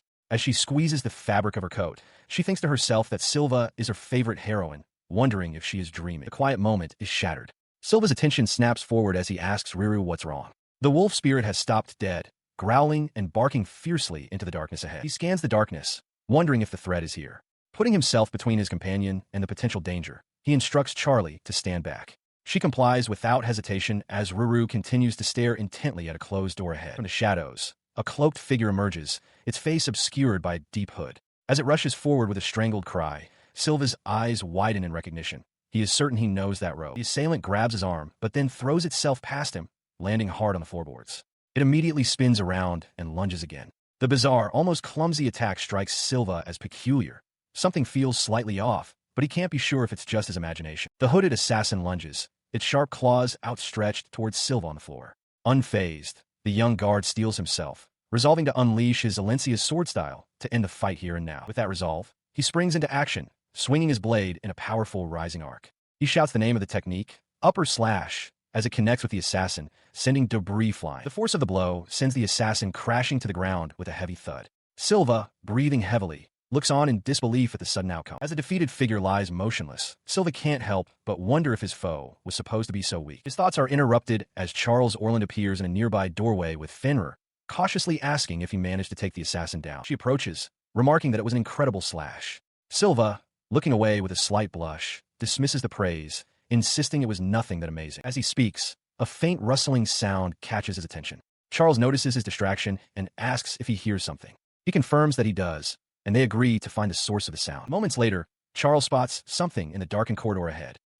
Over there, she exclaims, pointing the way for Silva and Fenrir. She leads them toward a stack of large crates, from which the rustling and creaking sounds are emanating. They cautiously peek around the edge of the crates. Their eyes widen in unison at the sight before them, as Charles begins to speak in disbelief. Behind the crates, the shocking discovery is revealed. A group of women, bound and gagged, huddled together in distress. They moan weakly, struggling against their restraints. Silva and Charles stare at the scene, horrified. He wonders aloud who these people could be, his expression a mixture of shock and concern. Suddenly, a bright voice cuts through the tension. The elite knight captain, Elda, appears with a beaming smile, loudly congratulating Silva on a job well done. He turns, surprised to see his commander, only to be smacked on the head. Elda expresses her impressed astonishment that he not only defeated the monster, but also rescued the captives. Annoyed, Kagaya interjects from the side, reminding the captain that she was also present. With a dismissive click of her tongue, Elda turns to Kagaya, offering a curt acknowledgement that she did a great job as well. Kagaya offers a simple thank you, her expression still betraying her irritation. The captain then announces her plan to report to the higher-ups that Kagaya, Charles, and Gateguard Silva have safely resolved the vampire incident. With a strained smile, Silva quickly asks her to wait a second. He leans in closer, quietly pleading with her not to mention that he was the one who took down the vampire. He explains his desire to avoid attracting any undue attention. Elda looks at him, puzzled by the strange request. Her confusion gives way to a sly grin. She asks what harm could come from his exploits being known, adding that it would just give her another reason to invite him to join the order. A nearby boy watches the exchange, completely bewildered. Silva reacts with panicked alarm, waving his hands frantically. He reminds her that she promised she would give up on asking him to join the order, shouting his refusal. Elda feigns ignorance, tapping her chin thoughtfully as if trying to recall such a promise. As Silva insists she did, she clears her throat loudly, changes the subject, and announces that she will ensure they all receive rewards worthy of their hard work before turning to leave. He stands there, utterly stunned. Just when he thought he had finally escaped Elda's relentless insistence that he join the Order of the Knights, she has cornered him once again. The captain, however, is oblivious to his dismay. With a cheerful grin, she thrusts a heavy pouch towards him, announcing it as his reward for slaying the vampire and rescuing the captives. Charles looks on, slightly overwhelmed by the scene. Taking the pouch, his thoughts immediately turn to the victims. He asks about the condition of the women they had saved. Elda reassures him that they are all safe. She explains that it seems they hadn't been held captive for long and suffered no severe injuries, so they recovered in no time. She adds her own grim theory. The vampire was likely keeping them as a reserve food supply. Her words do little to ease his mind. A troubled expression crosses his face as he considers the details. Something about the incident feels wrong. He silently reflects on the vampire's actions. The idea of keeping captives as mere emergency food seems too simple. He doubts a creature with that level of intelligence would operate so crudely. He resolves to seek more information, concluding that the church would have the most extensive knowledge on the subject. While Silva is lost in his own deductions, Kagaya notices the knight captain has also drifted off. Waving a hand in front of Elda's face, she asks what's wrong, trying to snap the dazed and blushing captain out of a reverie. At the gate, Silva seems distracted, stammering that nothing is wrong. The elite knight captain, Elda, dismisses him, telling him he can leave now. He offers a quick thanks for the hard work. He takes his leave, walking away with a heavy, thoughtful expression, clutching a pouch in his hands as Elda departs in the opposite direction. His troubled look does not go unnoticed. Kagaya suddenly appears at his side, leaning in close with a knowing smile to ask if something is bothering him. Startled, he admits that she has figured him out. Kagaya confidently replies that of course she would.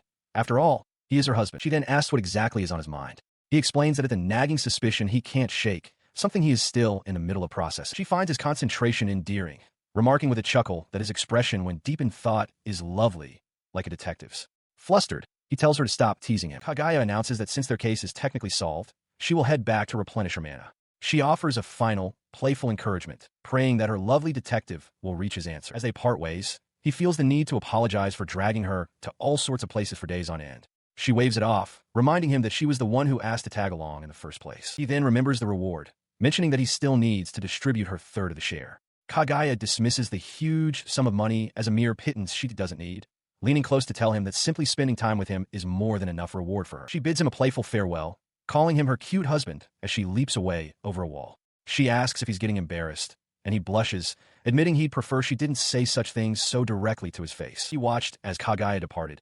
Her final words, a playful warning not to cheat on her, followed by a practical request to use the proper entrance next time. Her words echoed in his mind as he stood alone, gazing up at the sky where she had vanished.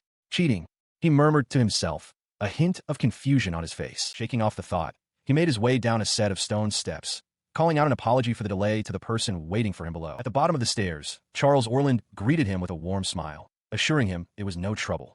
He asked after Kagaya, and Charles explained that she had already gone home to attend to some business. He then expressed his gratitude to Charlie, stating that her help was instrumental in solving the case. She modestly waved off the praise, claiming she only helped for her own reasons. He insisted, however, that he was grateful and certain her contribution would be noted in her grades at the Heroes Academy. As he offered her the reward money, he thought to himself that seeing her happy face was a far better reward than any gold. To his surprise, she flatly refused her share of the money, holding up a hand to stop him. When he asked why, she explained her reasoning with quiet determination. She had merely found the demon, not defeated it. She had vowed to herself that she would never accept a reward until she became an official hero, capable of defeating demons with her own strength. Her conviction left him momentarily speechless. He was deeply moved by her noble goal, declaring it his favorite thing about her. Inspired by her dedication, he made a new offer. He would gladly buy her anything she wanted, but he had one condition. There was something he wanted in exchange. In response to his offer, Charles closes her eyes, a deep blush coloring her cheeks. She apologizes softly, explaining that what she wants is not something that can be obtained with money. She continues, trailing off with a simple, "You see," which only deepens Silva's confusion. He scratches the back of his head, his own face flushing as he struggles to understand her meaning. Looking up at him with a gentle yet determined expression, she finally reveals her true desire. What she wants, she states clearly, is time with him. Silva frets, a bead of sweat on his brow, as he finds himself completely unable to decide on an outfit. The thought of going on a date with Charlie, his favorite person, seems almost unbelievable to him. All he truly wants is to spend time with her. Having finally settled on a simple shirt, his preparations are interrupted by a knock. Maud stands at the door, inviting him out for a meal. He glances at the time and panics, hastily apologizing to Maud. With a wave, he sprints away, explaining that he has a date and must decline the offer. The older guard is left standing alone, the word date echoing in his mind as he stares after the departing young man with a stunned expression. Meanwhile, Silva reaches the bustling fountain square, his nerves fraying. He reflects on the fact that he has no experience with dates, not even in his previous life as a corporate drone, and anxiously wonders how he should even begin a conversation. He frantically tries to compose himself, internally insisting that this is not some formal, arranged meeting. His spiraling thoughts are cut short when a familiar voice calls out his name, apologizing for being late. His eyes widen in astonishment. Before him stands Charles Orland, not in her usual attire, but in a beautiful, light-colored dress with intricate details, her feet adorned with elegant sandals. She greets him with a simple morning, but her smile fades to a look of concern as she notices his reaction, asking if he is crying. Wiping a tear from his eye, he admits he was simply overcome with happiness, having never imagined he would see her in casual clothes. She responds with a gentle, comforting gesture. He clenches his fist, overwhelmed, thinking to himself that he has no regrets in his life. Above him, Charles Orland looks down with a concerned expression, remarking that he is acting weird. His strange behavior startles her, and she exclaims that it looks as if his very soul is leaving his body. Snapping back to reality, he realizes it was a close call. He had almost passed on from the shock. Recovering his composure, he scratches the back of his head and apologizes for startling her, wishing her a good morning. Charles smiles warmly and returns the greeting. With the awkward moment past, he asks what she would like to do for the day. Charles suggests they go shopping together, mentioning that a new cafe has recently opened.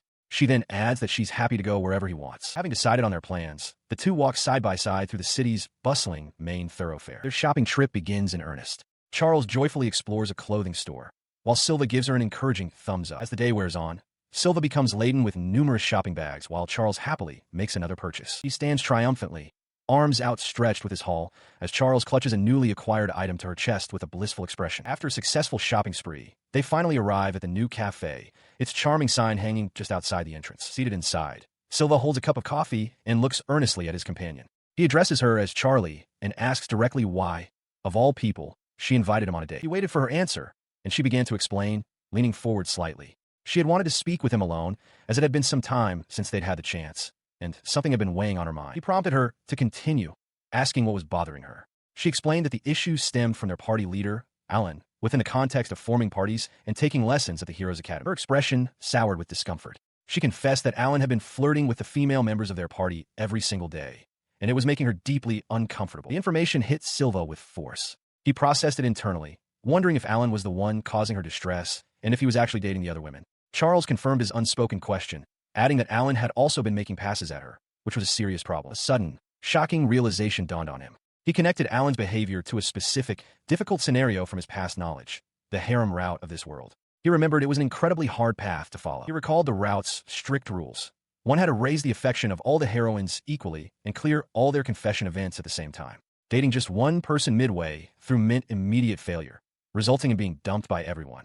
From her words, he knew Alan had already lost significant affection points with Charlie. Back in the present, Charles continued her explanation. She clarified that while she had faith in Alan as a comrade, the idea of him pursuing other girls while supposedly having a lover made her feel sick. She went on, revealing that Alan often asked her out on dates. Though she always refused, he remained pushy about it. Silva listened, murmuring that it sounded like a rough situation. As Charles began to add something else, she blushed and covered her mouth. At the same time, a pang of guilt struck Silva. He covered his face, silently apologizing to her for having pursued that very same route so many times before he was reincarnated. She fell silent. Her sudden pause ignited his curiosity, and he found himself desperate to know what she had been about to say. But she simply dismissed it as nothing, leaving him wondering. He watches as Charles takes a delicate sip from her cup, her eyes closed.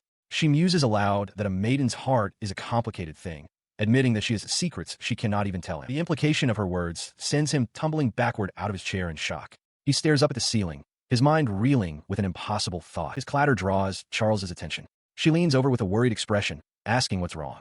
As he looks up from the floor, about to respond, a new voice cuts through the air. The voice belongs to Alan, who strides into view with a confident smirk. He is flanked by two young women, Margaret Neris and Rena Cassius, both identified as heroine candidates. "Fancy meeting you here," he exclaims. His sudden appearance startles Charles, who questions what he and his companions are doing there. Rena, one of the girls, cheerfully announces that the three of them are on a date. She then leans in close to Charles, reminding her with a bright smile that they had invited her to come along as well just the other day. Watching the interaction from his seat, Silva takes a slow sip from his cup.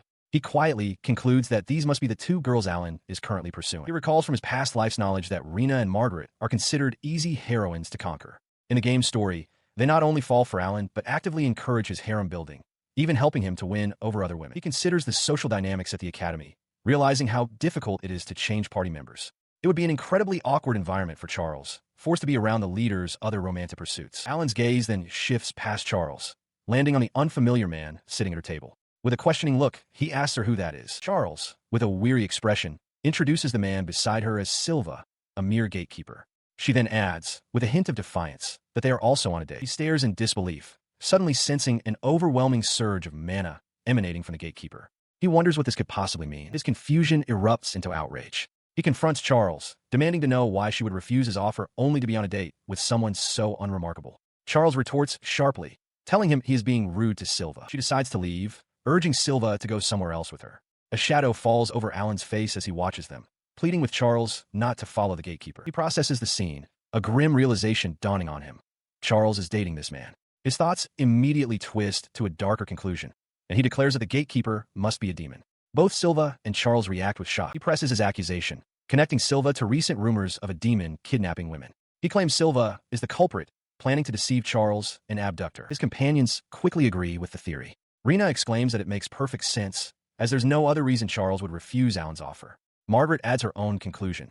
The demon must have brainwashed her. She cries out in frustration, insisting she hasn't been brainwashed. She desperately asks why they refuse to understand how she truly feels. Hearing her distress, Silva looks on with concern, quietly saying her name. He misinterprets her plea as further evidence of a powerful mind control spell. Pointing an accusatory finger, he roars at Silva, calling him a wretched demon and swearing he won't allow him to toy with someone so precious to him. Silva can only grit his teeth in frustration. The heroines move to intervene, with Alan and Margaret grabbing Charles's arms to pull her away. They insist she shouldn't stay there, but she struggles against them, crying out in protest.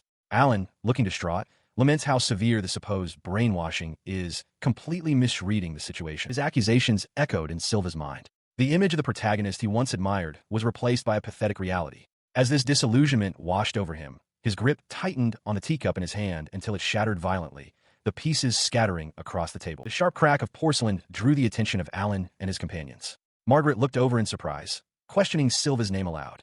Alan turned to face him, only to see Silva rising to his feet, a menacing aura emanating from him. In response, Alan drew his weapon, demanding to know what Silva was trying to pull. Silva, however, calmly raised a hand to stop Charles from intervening. He looked directly at Alan, his expression cold as he stated he never realized what a thick-skulled bonehead Alan truly was. Charles looked at him, concerned, as Alan explained that he had intended to stay quiet, but Alan's own words had provoked him. With a sudden shift in demeanor, Silva turned to Charles with a gentle smile, ruffling her hair and apologizing for letting Alan get under his skin. He then faced Alan and his friends once more, his expression firm. He declared that, given their current behavior, he could not hand Charlie over to them. Alan's face twisted in rage at the refusal, shouting that he didn't need Silva's permission. Beside him, Rena coolly observed that Alan was the one running his mouth. The taunt spurred Alan to action. Declaring he would simply take her back by force, he lunged forward. Silva's eyes narrowed, accepting the challenge. Fine by me, he thought. As his opponent charged, a memory of a happier time between Charles and Alan surfaced in his mind. He understood that the Alan she once knew would have understood her feelings. He had no intention of denying the reality of the aggressive person standing before him. However, there was one thing about this current Alan that he could not forgive. Her own resolve hardened. She would be damned if she let a scenario like this play out. Alan's eyes burned with a fierce, unwavering intensity. He declared that a reality where Charlie couldn't smile was unacceptable. His outburst caused Charles to look on with concern, murmuring Silva's name. Stepping forward in simple, casual clothes, Silva calmly announced that he would personally handle Alan and straighten him out. The offer only enraged Alan further. He snarled, calling Silva a cocky demon and vowing to tear him apart with his blade. Unfazed by the threat, Silva's own expression hardened into a menacing grin. He clenched his fist, a dark energy swirling around him as he warned Alan not to underestimate a man who has been a troublesome nerd since his past life. The two now stood face to face, the air thick with unspoken aggression. Inside the premises of the Heroes Academy, on the expansive training grounds, several figures are gathered. There, Alan confronts Silva, expressing surprise that he would choose this particular place for their confrontation. He points his sword forward, explaining that here he can unleash his full power without worrying about the surroundings. Alan simply smirks, warning Silva that he is going to regret this. As the two prepare to face off, Charles Orland turns to Silva, her expression filled with guilt. She apologizes, believing she is the reason he has been dragged into this mess. He tells her she has nothing to apologize for. His gaze shifts, hardening as he declares that the one who truly needs to apologize is Alan. On the sidelines, Margaret Nera scoffs, boasting that with Alan's skill and power, he can wipe out a lowly demon like Silva in an instant. Rena Cassius impatiently urges Alan to beat him quickly so they can continue their date. Her companion's body begins to glow with a powerful aura. Alan declares the battle is obviously over and that once he wins, Charles will fall in love with his strength again. Charles looks away, clearly uncomfortable. Silva's expression hardens into one of cold fury. He vows to defeat this person and make him apologize to Charlie. She looks toward him, acknowledging that Alan is indeed strong. However, she tells Silva that she wants him to win and will be rooting for him. He smiles, accepting her support and telling her to leave it to him. With her encouragement bolstering him, Silva faces his opponent. Alan taunts him, asking if he's ready and if he truly intends to fight with such shabby gear. Unfazed, Silva raises his sword and declares, "Bring it on." He held his simple sword forward, his gaze steady and unwavering. This gear, he asserted, was more than enough to face Alan. His opponent could only sneer at the declaration. In response, Alan roared for him to keep dreaming and dashed forward, his blade erupting in a brilliant, energized slash. But the gatekeeper was faster, sidestepping the blow with ease. Alan's eyes widened in disbelief. He had dodged it. His opponent's shock gave him an opening. Before Alan could recover, Silva was already inside his guard, his own fist drawn back and ready to strike. The blow landed with a heavy thud against Alan's forearm.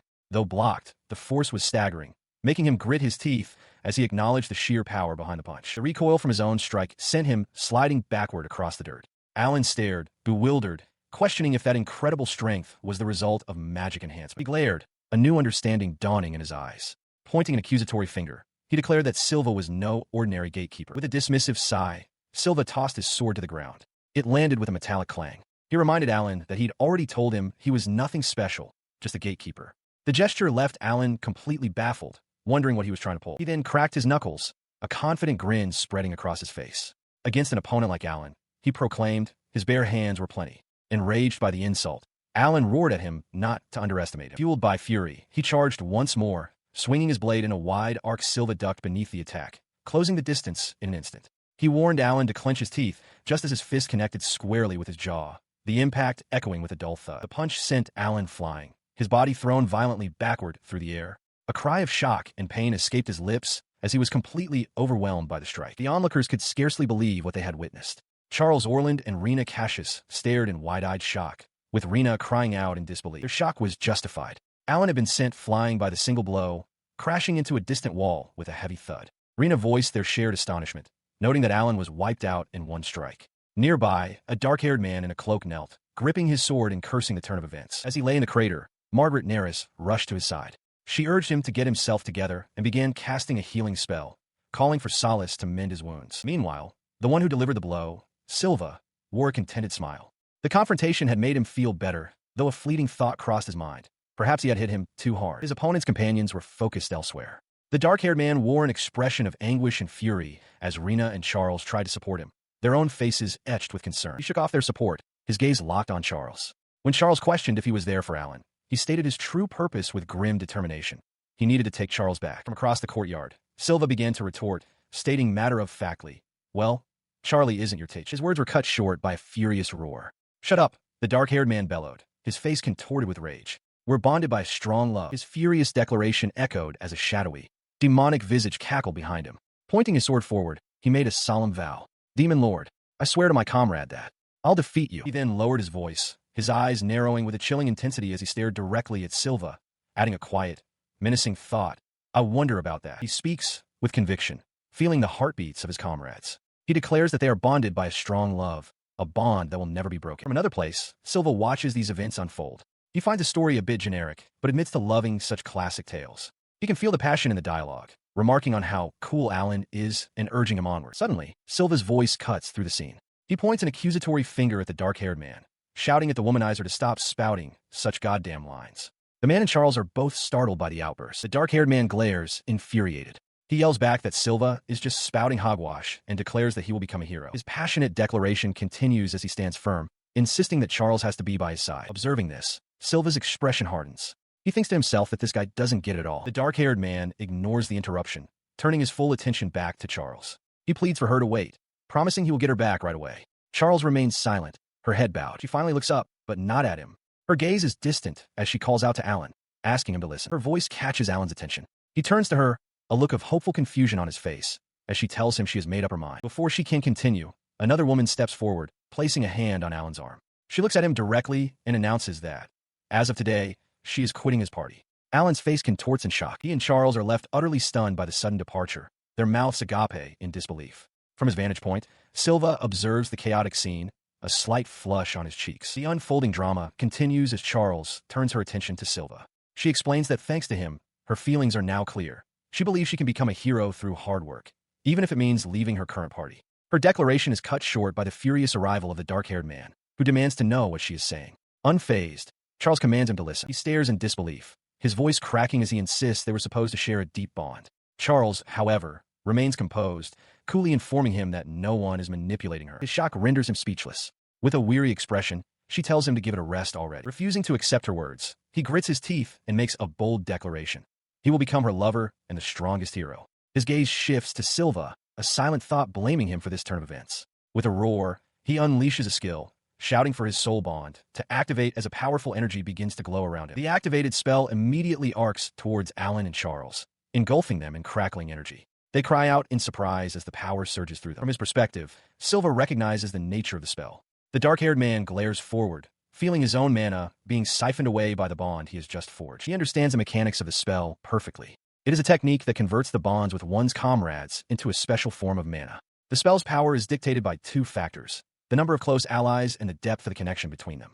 The more lovers one has, the stronger it becomes. Silva realizes that the man must have deliberately sought out more comrades and deepened his bonds with them for the sole purpose of learning this very spell. This realization fills Silva with disgust. The man is truly irredeemable. His suspicions are confirmed as the dark-haired man smirks, revealing that his entire fixation on Charles was merely a means to strengthen his spell. Suddenly, a powerful blast erupts, sending the dark-haired man flying backward. The sight is familiar to Silva, reminding him of his own past experiences, like someone who had once chosen the wrong path. Despite the man's defeat, Charles looks on with concern, warning Silva to be careful, acknowledging the incredible amount of mana her former comrade possesses. Silva reflects that unlike a game, real life offers no second chances. Despite the stakes, he turns with a confident smile, declaring that he will resolve the situation swiftly. His declaration enrages the dark-haired man, who screams his ambition to become the strongest hero and save everyone. Charles looks on with contempt, questioning how he can speak of saving people after causing such pain, dismissing his claim to heroism. Silva simply acknowledges the man's stated desire. The man directs his fury at Silva, yelling about his need for everyone's power to achieve his goal. Unfazed, Silva raises his sword, calmly agreeing with him. A sudden burst of energy erupts, sending the dark-haired man flying backward with a pained cry. As his opponent reels, Silva's expression hardens. He states that as a resident of this world and a fan of Alan, he cannot forgive anyone who would make his favorite sad. Vowing to make the man pay, he prepares to unleash a secret technique of the Zalencia sword style. He roars the name of the attack: Blue Sky. The swordsman surges forward, his body a blur as he executes the technique, leaving a trail of shimmering particles in his wake. His blade whistles through the air with blinding speed. A brilliant blaze of energy erupts from the strike, forcing Charles to shield her eyes as the shockwave sends both Alan and the dark-haired man tumbling across the ground. Standing over his fallen opponent, Silva advises him to try and understand the feelings of others. From the ground, the dark-haired man stares up in horror, realizing with dawning terror that his soul bond has been affected. The realization crushes him. With his sword shattered beside him, the man collapses to his knees, utterly defeated. He remained on the ground, his gaze distant and unfocused. In the background, Silva let out a weary sigh. The battle concluded.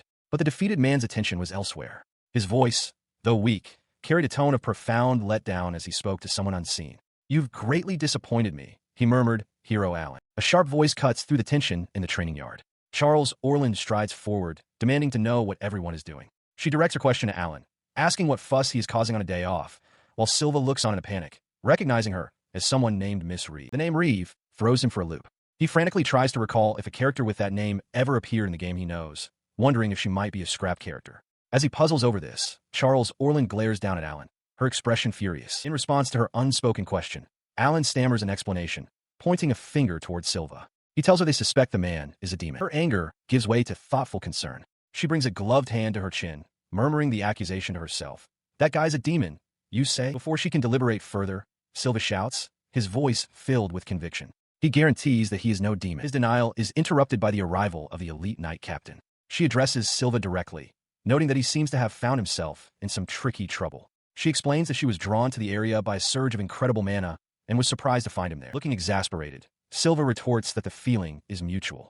He asks the commander what she is doing at the academy. She explains cheerfully that she has come for a meeting about the upcoming combat practicals being held at the academy. The Order of Knights will be in attendance, she adds, just in case anything unforeseen should happen. Silva listens, a look of understanding dawning on his face. As the group walks away, his mind flashes back to the main story of the game. He recalls this specific event. During the practicals, the hero candidates of the academy are attacked by level 3 low-level demons. He remembers that this is Alan's first real battle. A vision of Alan and the dark-haired man fighting together fills his mind, but his thought trails off, an unspoken concern lingering.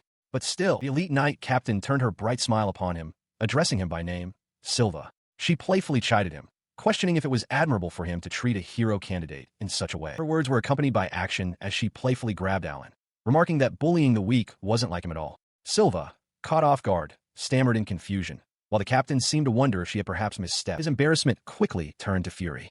Alan wrenched himself free, his face a mask of frustration as he vowed that one day he would defeat Silva with his own hands, a sentiment Silva recognized as hardly fitting for a protagonist. With that declaration, he turned and fled. The others called for him to wait, but Alan didn't look back, running off into the distance. As Alan disappeared from view, the captain turned back to Silva, a knowing look in her eyes. She observed that Alan seemed to hate him a great deal, while Silva could only sweat, acknowledging that a lot had indeed happened between them. Her attention then shifted. Spotting the other young woman nearby, she called out, asking if she was perhaps Charles. Charles, surprised, questioned how the captain knew her name. The captain explained that she had heard a lot about her from Silva, specifically mentioning her help with the vampire case. Charles confirmed that Silva is always a great help to her, prompting the captain to ask if she was also a student at the Heroes Academy. She continued with her praise for the gate guard, declaring that as far as she was concerned, Silva was the strongest soldier she knew. Just being with him, she added, would make one's skills grow significantly. Blushing, Charles quietly agreed, admitting she thought so too. This earnest praise created a moment of shared awkwardness. Charles cleared her throat, flustered, while Silva scratched the back of his head in embarrassment. The captain, however, found the entire exchange delightful, letting out a hearty laugh. Seeking to end the moment, Charles regained her composure and stepped forward. She apologized for interrupting their conversation, but stated that it was time for their meeting with Miss Elda, formally addressing the captain by her name. The elite knight captain, Elda, offers a quick apology before bidding farewell to both Silva and Charles. Silva, scratching the back of his head, sheepishly apologizes for any trouble he might have caused. As she walks away, she suddenly stops and turns back, a wide, mischievous grin on her face. She dismisses his apology, declaring that it wasn't trouble at all. Her expression shifts to one of gleeful accusation as she points directly at Silva. She declares that it is trouble, and as a penalty for causing a scene, he must participate in the combat practicals at the Heroes Academy. She adds with a booming laugh that he has no right to refuse, leaving him utterly stunned. He is left speechless, the command echoing in his mind. His entire being seems to shrink in confusion, unable to process what he has just been ordered to do. As he tries to make sense of the situation, Charles turns to him with a look of remorse. She apologizes for involving him in so much trouble, admitting that her trespassing was the root cause. He immediately reassures her, insisting there's nothing to be sorry about. He explains that everything he did was by his own choice. His expression softens as he looks at her. He tells her that because of this, she can now leave the hero's party without any regrets, adding that he is genuinely happy for her. He reflects internally on the situation. With this, he believes Charles has completely stepped down from her role as the heroine of the main story. He muses that she likely wouldn't have had a significant part to play in the main plot from this point on, wondering if her dream of becoming a hero will ever come true. A sudden thought strikes him. If Charles is no longer part of the main story, does that mean that even if he becomes deeply involved, she won't appear? He finds it impossible to imagine a future where she is completely absent. He glances over at the unsuspecting Charles, a blush creeping onto his face. A hopeful, flustered thought crosses his mind. Perhaps his involvement wouldn't negatively affect her after all. He walks alongside Charles, his mind racing. He internally scolds himself, thinking he should be happy just to have his favorite person by his side, yet he thanks her aloud. The conflicting thoughts create a visible tension on his face. She responds, her voice filled with a newfound resolve. She tells him that, thanks to him, she has steeled herself to become a hero, even if she has to do it alone. Her expression softens as she looks at him, a faint blush on her cheeks. She begins to ask that when that day comes, when she is a full-fledged hero, will he? Their moment is abruptly shattered by the sound of a child sobbing. They turn to find a small boy crying by himself. Silva approaches him, asking if he's all right and where his parents are. The boy, wiping his eyes, replies that they aren't here. He then asks where the boy's house is. The child explains that he no longer has a mother or a father, and that his home is the church. The answer catches Silva by surprise. With tears welling in his eyes, the boy elaborates. He had been at the priest's place, playing outside with everyone. He concludes his story, explaining that the others all went off somewhere, leaving him behind. Silva realizes the boy was simply separated from his group. Upon hearing this, Charles looks at Silva with concern and suggests they take the child to the church. He readily agrees. He kneels down to the boy's level, a kind smile on his face, and asks for his name. The boy replies, Addy. Silva then offers to carry him home on his back, an offer that makes Addy's eyes widen in surprise and delight. With Addy now securely on his back, Silva walks through the town streets. The boy looks around with newfound cheer as Charles walks beside them, a warm, happy smile on her face as she watches the two. He carries the small boy on his back as he and Charles walk along the stone path. Addy, perched high, beams with delight. As they continue, Addy points ahead, exclaiming that they've arrived at the church. The sight of the building sparks a thought in Silva's mind. It might be a place to gather information on vampires. At the church entrance, a priest rushes out, his face a mixture of panic and relief as he calls out Addy's name. He expresses his gladness that the boy is safe and asks if the two strangers brought him back. He then kneels, a gentle smile on his face, and introduces himself as Dan, the child's guardian. Charles confirms the situation with Addy, who beams and gives his heartfelt thanks to both Mr. Silva and Miss Charles for ensuring his safe return. Standing again, Dan expresses his profound gratitude, admitting with a worried expression that he nearly had a heart attack when the other children told him Addy had been separated from them. The boy indignantly refutes this, shouting that it was the others who got separated from him. Dan gently scolds him, explaining that he still made everyone worry and must apologize. Addy reluctantly concedes. Watching the exchange, Silva observes that Dan seems to be a good-hearted priest who knows how to properly discipline a child. This leads him to believe the man might be willing to answer his questions. His attention returns to his guests, and Dan insists on expressing his thanks in a more formal manner. Silva begins to decline the offer, but then stops, realizing he has an opportunity. He tells Dan there is, in fact, something he wants to ask. Surprised, but agreeable, Dan says he will answer if he can. Silva then turns to Charles, asking if she can spare some time for this. Seeing their accord, Dan invites them to speak inside the church, leading the way. He sits down at a table, a bit flustered by the sudden and serious line of questioning. Leaning forward, he asks Silva what he wants to know exactly. Silva explains that he was hoping the priest could teach him anything he knows about vampires. The word hangs in the air, and Dan reacts with visible shock, repeating, "The vampires." His initial surprise gives way to a more focused inquiry. He apologizes and asks for clarification. Is Silva interested in the vampires that exist in myths or the recent vampire incident? Silva confirms he wants to learn about both. Silva elaborates, stating that while he believes the vampire issue has been resolved, something about the case continues to bother him. The priest studies him for a moment, then asks if he happens to be a knight. Silva confirms that he is, for what it's worth. His confirmation seems to weigh on the priest, who looks down with his hands clasped tightly and murmurs that he understands. Silva watches him, his own expression unreadable. After a moment of contemplation, Dan looks up. He offers to share what he has learned about them from legends in his time as a cleric, asking if Silva would mind hearing the details. He begins his tale, recounting the ancient lore. The moniker vampire, he explains, is a title for demons from legends, said to have evolved from vampire bats. Their power is so immense that fables tell of them leveling entire cities to the ground. He elaborates on the source of their terrifying strength: human blood. The more blood they consume, the stronger they become. A single vampire who is fed on 10 people becomes so powerful that it requires several first-rate heroes to defeat, and even then, it is no easy feat. He adds one final, unsettling detail. According to the fables, vampires also possess the power to create minions. Silva, listening intently, repeats the word, questioning its meaning. He listens as the priest, Dan, clasps his hands and continues his explanation. Minions, he clarifies, are humans who have been given vampire blood. According to the lore, this bestows upon them powers similar to a true vampire and an instinct to attack other humans. Taking in this grim information, he thanks Dan for the details. Beside him, Charles Orland notices his somber expression and calls his name, her voice tinged with concern. Dan assures them they can return with more questions anytime. His gaze then falls to his own hand, which he mentions he burned recently, before asking if Silva's hand was also injured. The question hangs in the air. He quietly processes the priest's words. With a final look of concern, Dan urges him to take care of himself. Silva confirms that he will. Once outside, he turns to Charles and apologizes for dragging her along for so long. She dismisses his apology with a gentle smile, reminding him that she was the one who invited him out. She then asks if their discussion was about the vampire case. He confirms it, admitting that he's been bothered by a strange feeling ever since he defeated a particular demon. His mind flashes back to the hooded figure he fought. He voices his new theory aloud, that the creature he defeated might not have been a demon at all, but a human turned into a minion. If true, it means the master vampire is still lurking somewhere in the city. Lost in this disturbing realization, he is pulled back to reality by Charles calling his name. He apologizes for being distracted and, noticing how late it has become, offers to walk her home. When she asks if he is sure, he puffs his chest out confidently and declares that escort duty is also part of a soldier's job.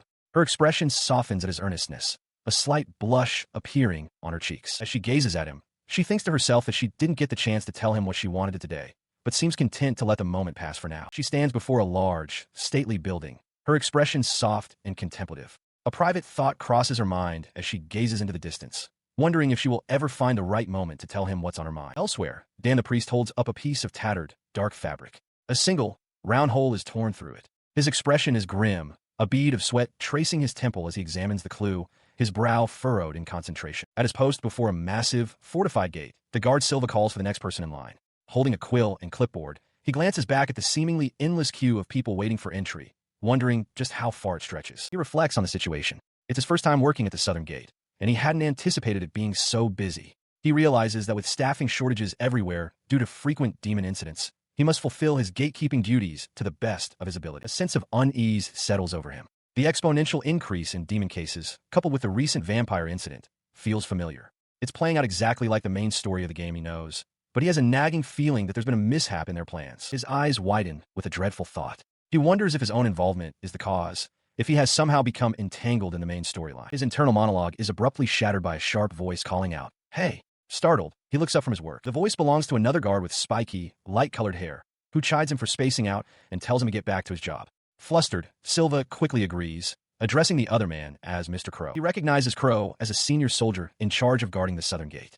He internally concedes that his superior has good looks, but his personality leaves much to be desired. As Silva processes a traveler's papers, he watches Crow lean in towards a young woman, complimenting her and asking for her name. The woman, blushing, introduces herself as Yulia. Crow takes her hand, expressing his admiration for her name and asking what brings her to the royal capital. Yulia explains that she has found a job as a staff member in a flower shop in a shopping district. He hands her permit back with a final flirtatious remark, calling her as pretty as a flower. From the side, Silva watches with an irritated expression, annoyed that his colleague is hitting on girls while on duty. He irritably tells his colleague to work faster. Crow, however, dismisses the newcomer, telling him to buzz off and that he doesn't take orders from him. The merchant between them simply asks for his permit. He internally fumes at Crow's nerve, dismissing him as a piece of garbage and a mere background character, just like himself. As he laments how much he misses working with Madai, a clear voice calls out from the crowd, looking for a gatekeeper. The voice is instantly familiar to him, filling him with a sense of unease.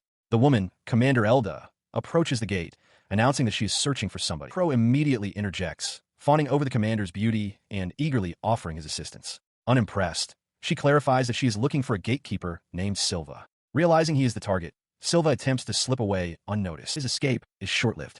Commander Elda spots him instantly, grabbing him by the uniform. She declares that she has a favor to ask and will be borrowing him, ordering him to accompany her to the knight's headquarters immediately. A bewildered Crow is left standing at the gate. Moments later, inside the commander's office at the knight's headquarters, Elda gets straight to the point. She explains that while the recent vampire incident has been resolved, a new case has surfaced, a kidnapping.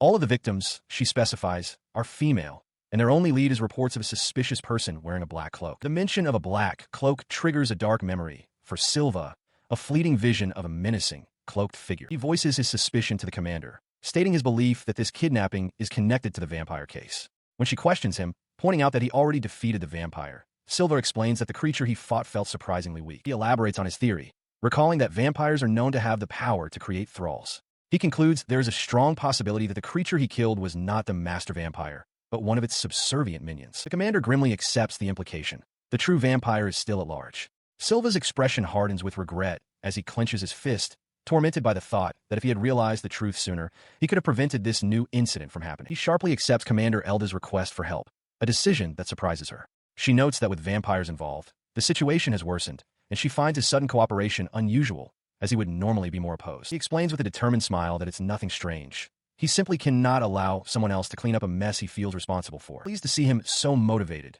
Elda stands and offers him a scroll, telling him to take it as it might prove to be a clue for his search. He looks at the offered item, puzzled. He unrolls the scroll, revealing a long list. Elda explains that it details the casualties from the vampire case. She elaborates that besides the girls he rescued, there were other captives who are now hospitalized. She suggests he visit the clinic, as they might be able to provide some information. Silva immediately asks for the clinic's location. Elda informs him that it's the Rachel Clinic, located on the outskirts of town. The name gives Silva a visible jolt of surprise. She continues, describing the clinic's doctor, Rachel Forzert, as one of the conquerable characters of Briaz, and a bit of a troublesome person.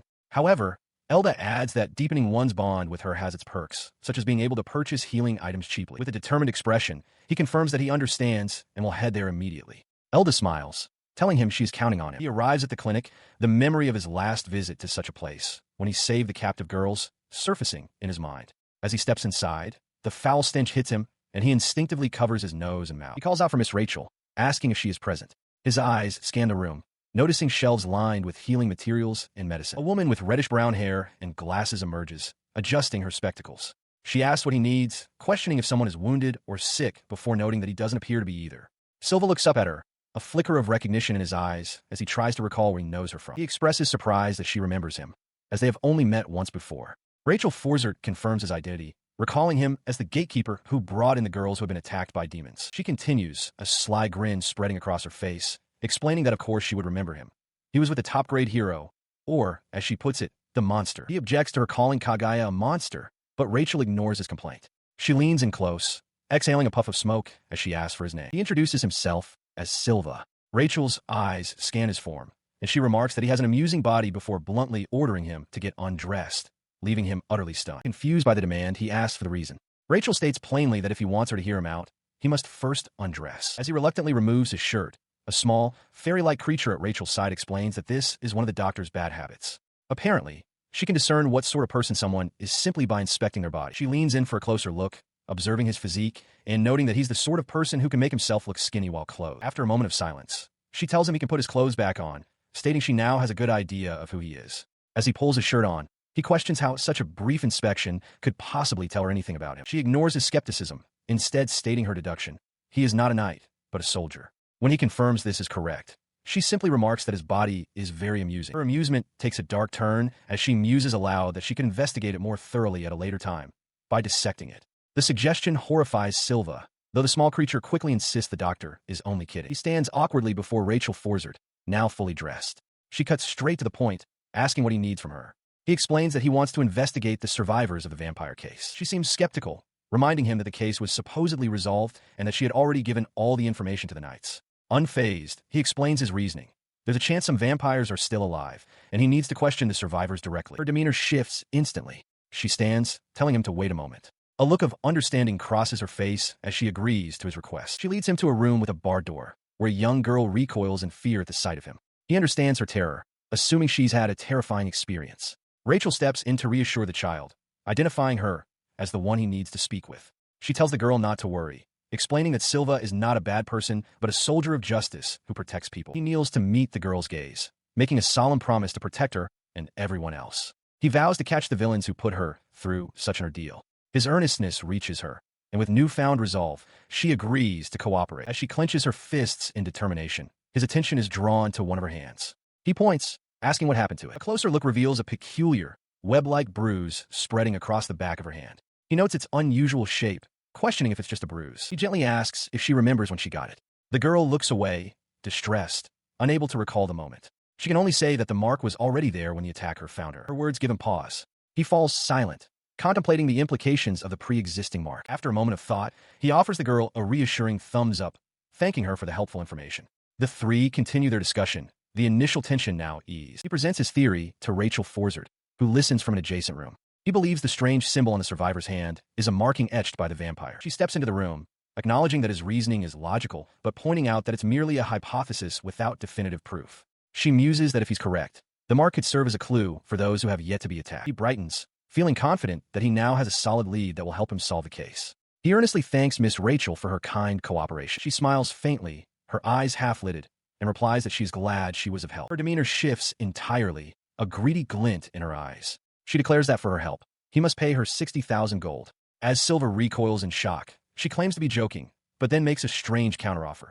In exchange for her help, She wants permission to dissect his body when he dies, as she cannot let such a valuable sample go to waste. A stunned Silva can only say he'll think about it. The scene shifts to a quiet courtyard where a young woman with dark pigtails tends to a bed of white flowers. She greets Dan, the priest, as he approaches, remarking on how lovely the flowers are. As she reaches for a bloom, her hand slips, and she pricks her finger on a thorny stem, crying out in pain. The priest's attention is drawn to her hand. He asks about it, and she cheerfully explains that she got the bruise the day before, blaming her own clumsiness for not noticing how it happened. His expression turns deadly serious. He leans in, informing her that what she has is not a mere bruise, but the devil's curse, and warns that it will bring her misfortune if left untreated. The young woman is struck with terror at the word curse. The priest calmly tells her they must go to the church to have it removed before it's too late. Panicked, she immediately agrees, pleading for him to save her as she follows him away from the flowers. Silva stands before the captain as she delivers grim news. Another young woman was abducted under the cover of darkness just last night. She passes him a file containing the victim's details, and as he scans the pages, his eyes widen in sudden, sharp recognition. He stares at the portrait of Yulia, the memory of their brief meeting flashing through his mind as her name echoes in his thoughts. A cold sweat breaks across his brow as the reality sinks in.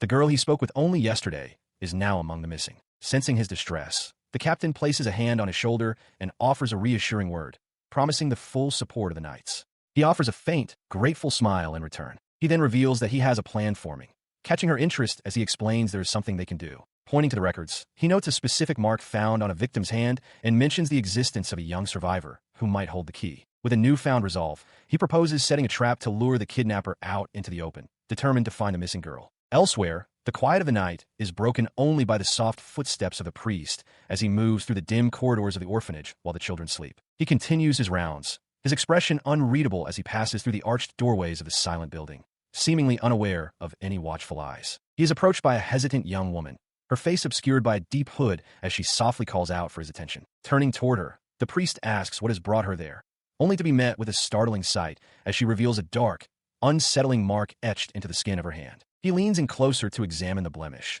inquiring how long it has been there, to which he explains it only appeared after her recent arrival in the royal capital. Adjusting his glasses with a grim expression, he delivers a chilling diagnosis, labeling the mark a demon's curse, a revelation that leaves the girl trembling in fear. Seeing her distress, he offers a reassuring word, promising to handle the matter through prayer without requesting any payment, prompting her to plead for his help with desperate gratitude. With the agreement made, he gestures for her to follow him deeper into the quiet halls of the building, and she complies without hesitation. They eventually settle into a private room, where he prepares a cup of tea, suggesting that she first relax and clear her mind before they begin their counseling session. She takes a sip, noting the pleasant aroma and the delicious taste of the brew, while he sits across from her, watching her every move with a steady, unreadable gaze. Moments later, a sudden wave of lightheadedness washes over her, and she finds herself swaying as her vision begins to blur and her strength fails. Clinging to her head in confusion, she struggles to understand why her senses are failing her, while the priest remains perfectly still, calmly asking if something is the matter.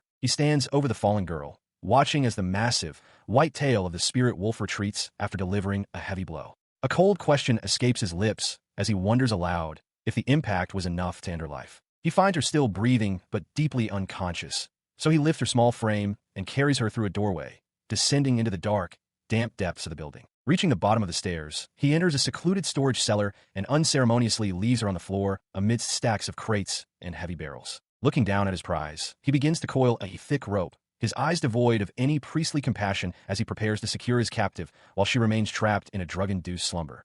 Dan leans over the seemingly unconscious Yulia, his expression a mix of concern and hidden intent. Suddenly, her eyes snap open, a sharp, knowing smirk playing on her lips that catches him completely off guard. He recoils in sheer terror as Kagaya suddenly manifests behind him, her presence radiating a cold, lethal aura. She mocks his pathetic attempt to bind her, calling him a shameless soul for even trying such a cowardly tactic. Stumbling back, he is gripped by a frantic confusion, stammering about how it should be impossible for her to be awake. He had been certain the sleeping medication he administered would have taken effect by now. She casually holds up the small vial of medicine, a mocking glint in her eyes as she asks if this was the substance he was counting on to subdue her. With a flick of her wrist, she discards the container, taunting him by claiming it tasted quite good even though she never actually swallowed a drop. He can only stare in mounting dread as his plan crumbles before him. She declares that bad people deserve a fitting punishment, her hand reaching out as she prepares to unleash her power. He desperately tries to call out for her to wait, but his pleas are ignored as she moves to end the confrontation. A sudden, violent force erupts, sending him tumbling through the air as the ground beneath him shatters from the sheer impact of her strike. He hits the floor hard, gasping for breath as he looks up in shock, realizing that his deception has been thoroughly exposed. Silva stands tall over the fallen priest, his expression stern and uncompromising as he announces that he is taking the man into custody. Kaguya stands just behind him, her task of drawing out the traitor complete. They look down at the defeated man, Silva remarking on Kaguya's impressive ability to play the part of a weak woman so convincingly that even a seasoned schemer like Dan was fooled. He watches as Charles makes a dramatic display, claiming her heart is that of a fragile maiden and can only offer a weary, slightly amused smile at her antics. Turning his attention back to the matter at hand, he stands over the kneeling priest as Dan, his voice trembling, asks how he could have possibly known to be suspicious of him. The young guard reflects on the nature of the recent attacks, noting that while vampires usually drain their victims dry, a single young girl had been left alive as a survivor. He leans in closer to the captive, suggesting that perhaps the culprit felt a flicker of mercy for a child, or maybe they had a personal reason, like having a child of their own, that sparked a moment of misplaced sympathy. He admits that while that was a significant clue, it wasn't the only reason his suspicions were piqued, even as Dan questions if that alone was enough to condemn him. He continues his explanation, pointing out another glaring inconsistency: the almost complete lack of any struggle or traces left behind by the supposed kidnapper. With a sharp, focused gaze, he explains that the lack of witnesses and the way the victims seemed to walk right into the vampire's clutches suggested they went willingly, led by someone they trusted. He posits that if a man of the cloth told the townspeople he was performing a ritual to cleanse a curse, they would follow him into the darkness without a single doubt in their minds. Continuing his breakdown of the scheme, he describes how easy it would be to manipulate those who had suddenly developed mysterious bruises, all while Kaguya watches with a knowing smirk. He watches as the realization hits the priest like a physical blow, Dan's eyes widening in shock as he is branded a fraud and his entire deception is finally laid bare. Silva stands over the empty storage area, his voice heavy as he explains that the marked women were kept here until they were consumed. He turns his gaze toward Dan, whose face is slick with sweat and etched with a guilt he cannot hide. Gripping the priest's arm firmly, the young guard suppresses a surge of violent intent, deciding instead to escort him to the night order for formal questioning. Before they move, he discreetly passes a slip of paper to the man, warning him to remain silent so the children nearby don't witness the arrest. As the priest stares at the message, he reads the silent promise that his predicament is understood and that he must cooperate to find safety. Later, within the stone corridors of the headquarters, Elda concludes the initial inquiry, noting with frustration that the man continues to claim sole responsibility for the crimes. Standing before her, Silva voices his skepticism, proposing that the priest is merely a pawn being coerced by a vampire through threats against the orphans. He recalls their first encounter, noting how the man flinched at the mention of the undead, yet still managed to offer cryptic clues about their subordinates. This leads him to believe the priest's actions were a desperate, silent cry for rescue from an impossible situation. Listening intently, Kaguya acknowledges the logic, realizing that a written plea was the only way to bypass the constant surveillance of a vampiric master. She listens as Silva explains his deduction. The vampire avoided her despite her disguise, suggesting they're being monitored by someone who knows their true identities. Impressed by his insight, the swordswoman praises him, calling him a sharp-witted detective for piecing together the enemy's surveillance. As the gravity of the situation sinks in, the night captain coughs, her expression darkening as the guard reveals the vampire has already claimed over 10 victims. The captain's resolve hardens. She notes the creature's power is surging and warns that leaving it unchecked will only lead to more bloodshed. Meanwhile, the young guard's mind races as he connects the dots, realizing this vampire outbreak perfectly aligns with the first major event of the Academy's training exercises. He understands the stakes. If a high-level demon attack coincides with this vampire threat, the aspiring heroes will be defenseless, prompting him to turn to his ally with a desperate plan. Approaching her with a serious gaze, he admits there's a task that only she is capable of handling, piquing her interest. Elsewhere, beneath the cold glow of a full moon, the Tower of the Moon looms over the landscape as the young traveler, Yulia, gazes up at its heights. Back with the group, the swordswoman chuckles to herself, finding it amusing that the guard would ask her to look after his sweetheart in his absence. She eventually finds the girl, who recalls the guard's advice to seek out this powerful warrior if she truly wishes to grow stronger. She leans in close, a predatory gleam dancing in her eyes as she promises to etch every lesson into her new pupil's very being. With a sharp, unsettling grin, she warns the girl to ensure she doesn't perish during the ordeal. Facing this overwhelming intensity, the young traveler can only offer a hesitant but resolute acceptance, placing her fate in the warrior's hands.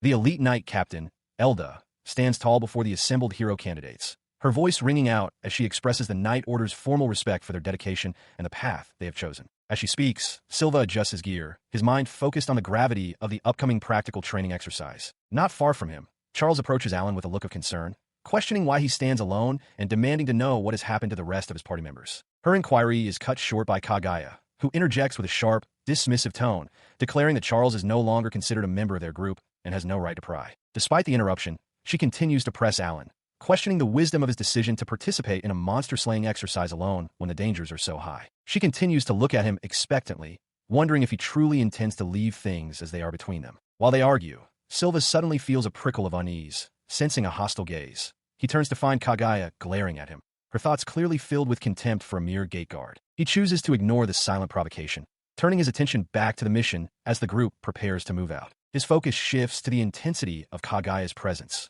whose strength is recognized as being at the pinnacle of the student body, leading to the official instruction for her to directly oversee the guidance of Charles and the others during the trial. Following this directive, the group gathers at the entrance of the Forest of Trials, where they are warned that the woods harbor dangerous rank 3 and 4 monsters, with even greater threats potentially lurking deeper within. He stands among the other candidates as the examiner's voice booms across the clearing, announcing that Level 1 demons have been released into the training grounds. The armored official continues his stern warning, emphasizing that while guards are stationed nearby for protection, any candidate fearing for their life must signal for immediate rescue. Following the initial briefing, the focus shifts to the elite captain, who is requested to provide the specific details of the upcoming exercise. She steps forward, explaining that the designated combat zone has been strictly partitioned by a magical barrier maintained by the Academy's mages. This shimmering wall of energy stretches over the dense canopy, marked by physical stakes that serve as a final warning for students not to stray into the untamed wilds beyond. The captain further clarifies that their performance will be judged solely on the number of demonic entities they successfully neutralize within these boundaries,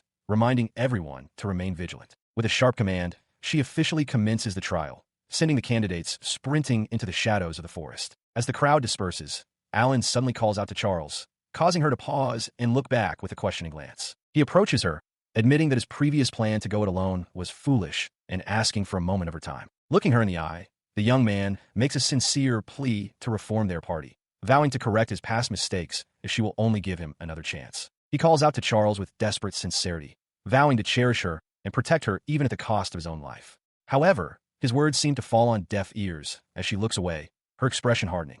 To her, the idea of being a damsel in distress is exhausting.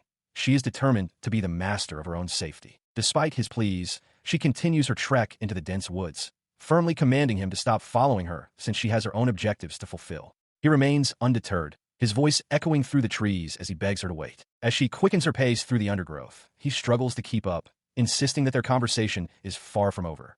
Suddenly, something in the environment catches her attention, causing her to halt in surprise.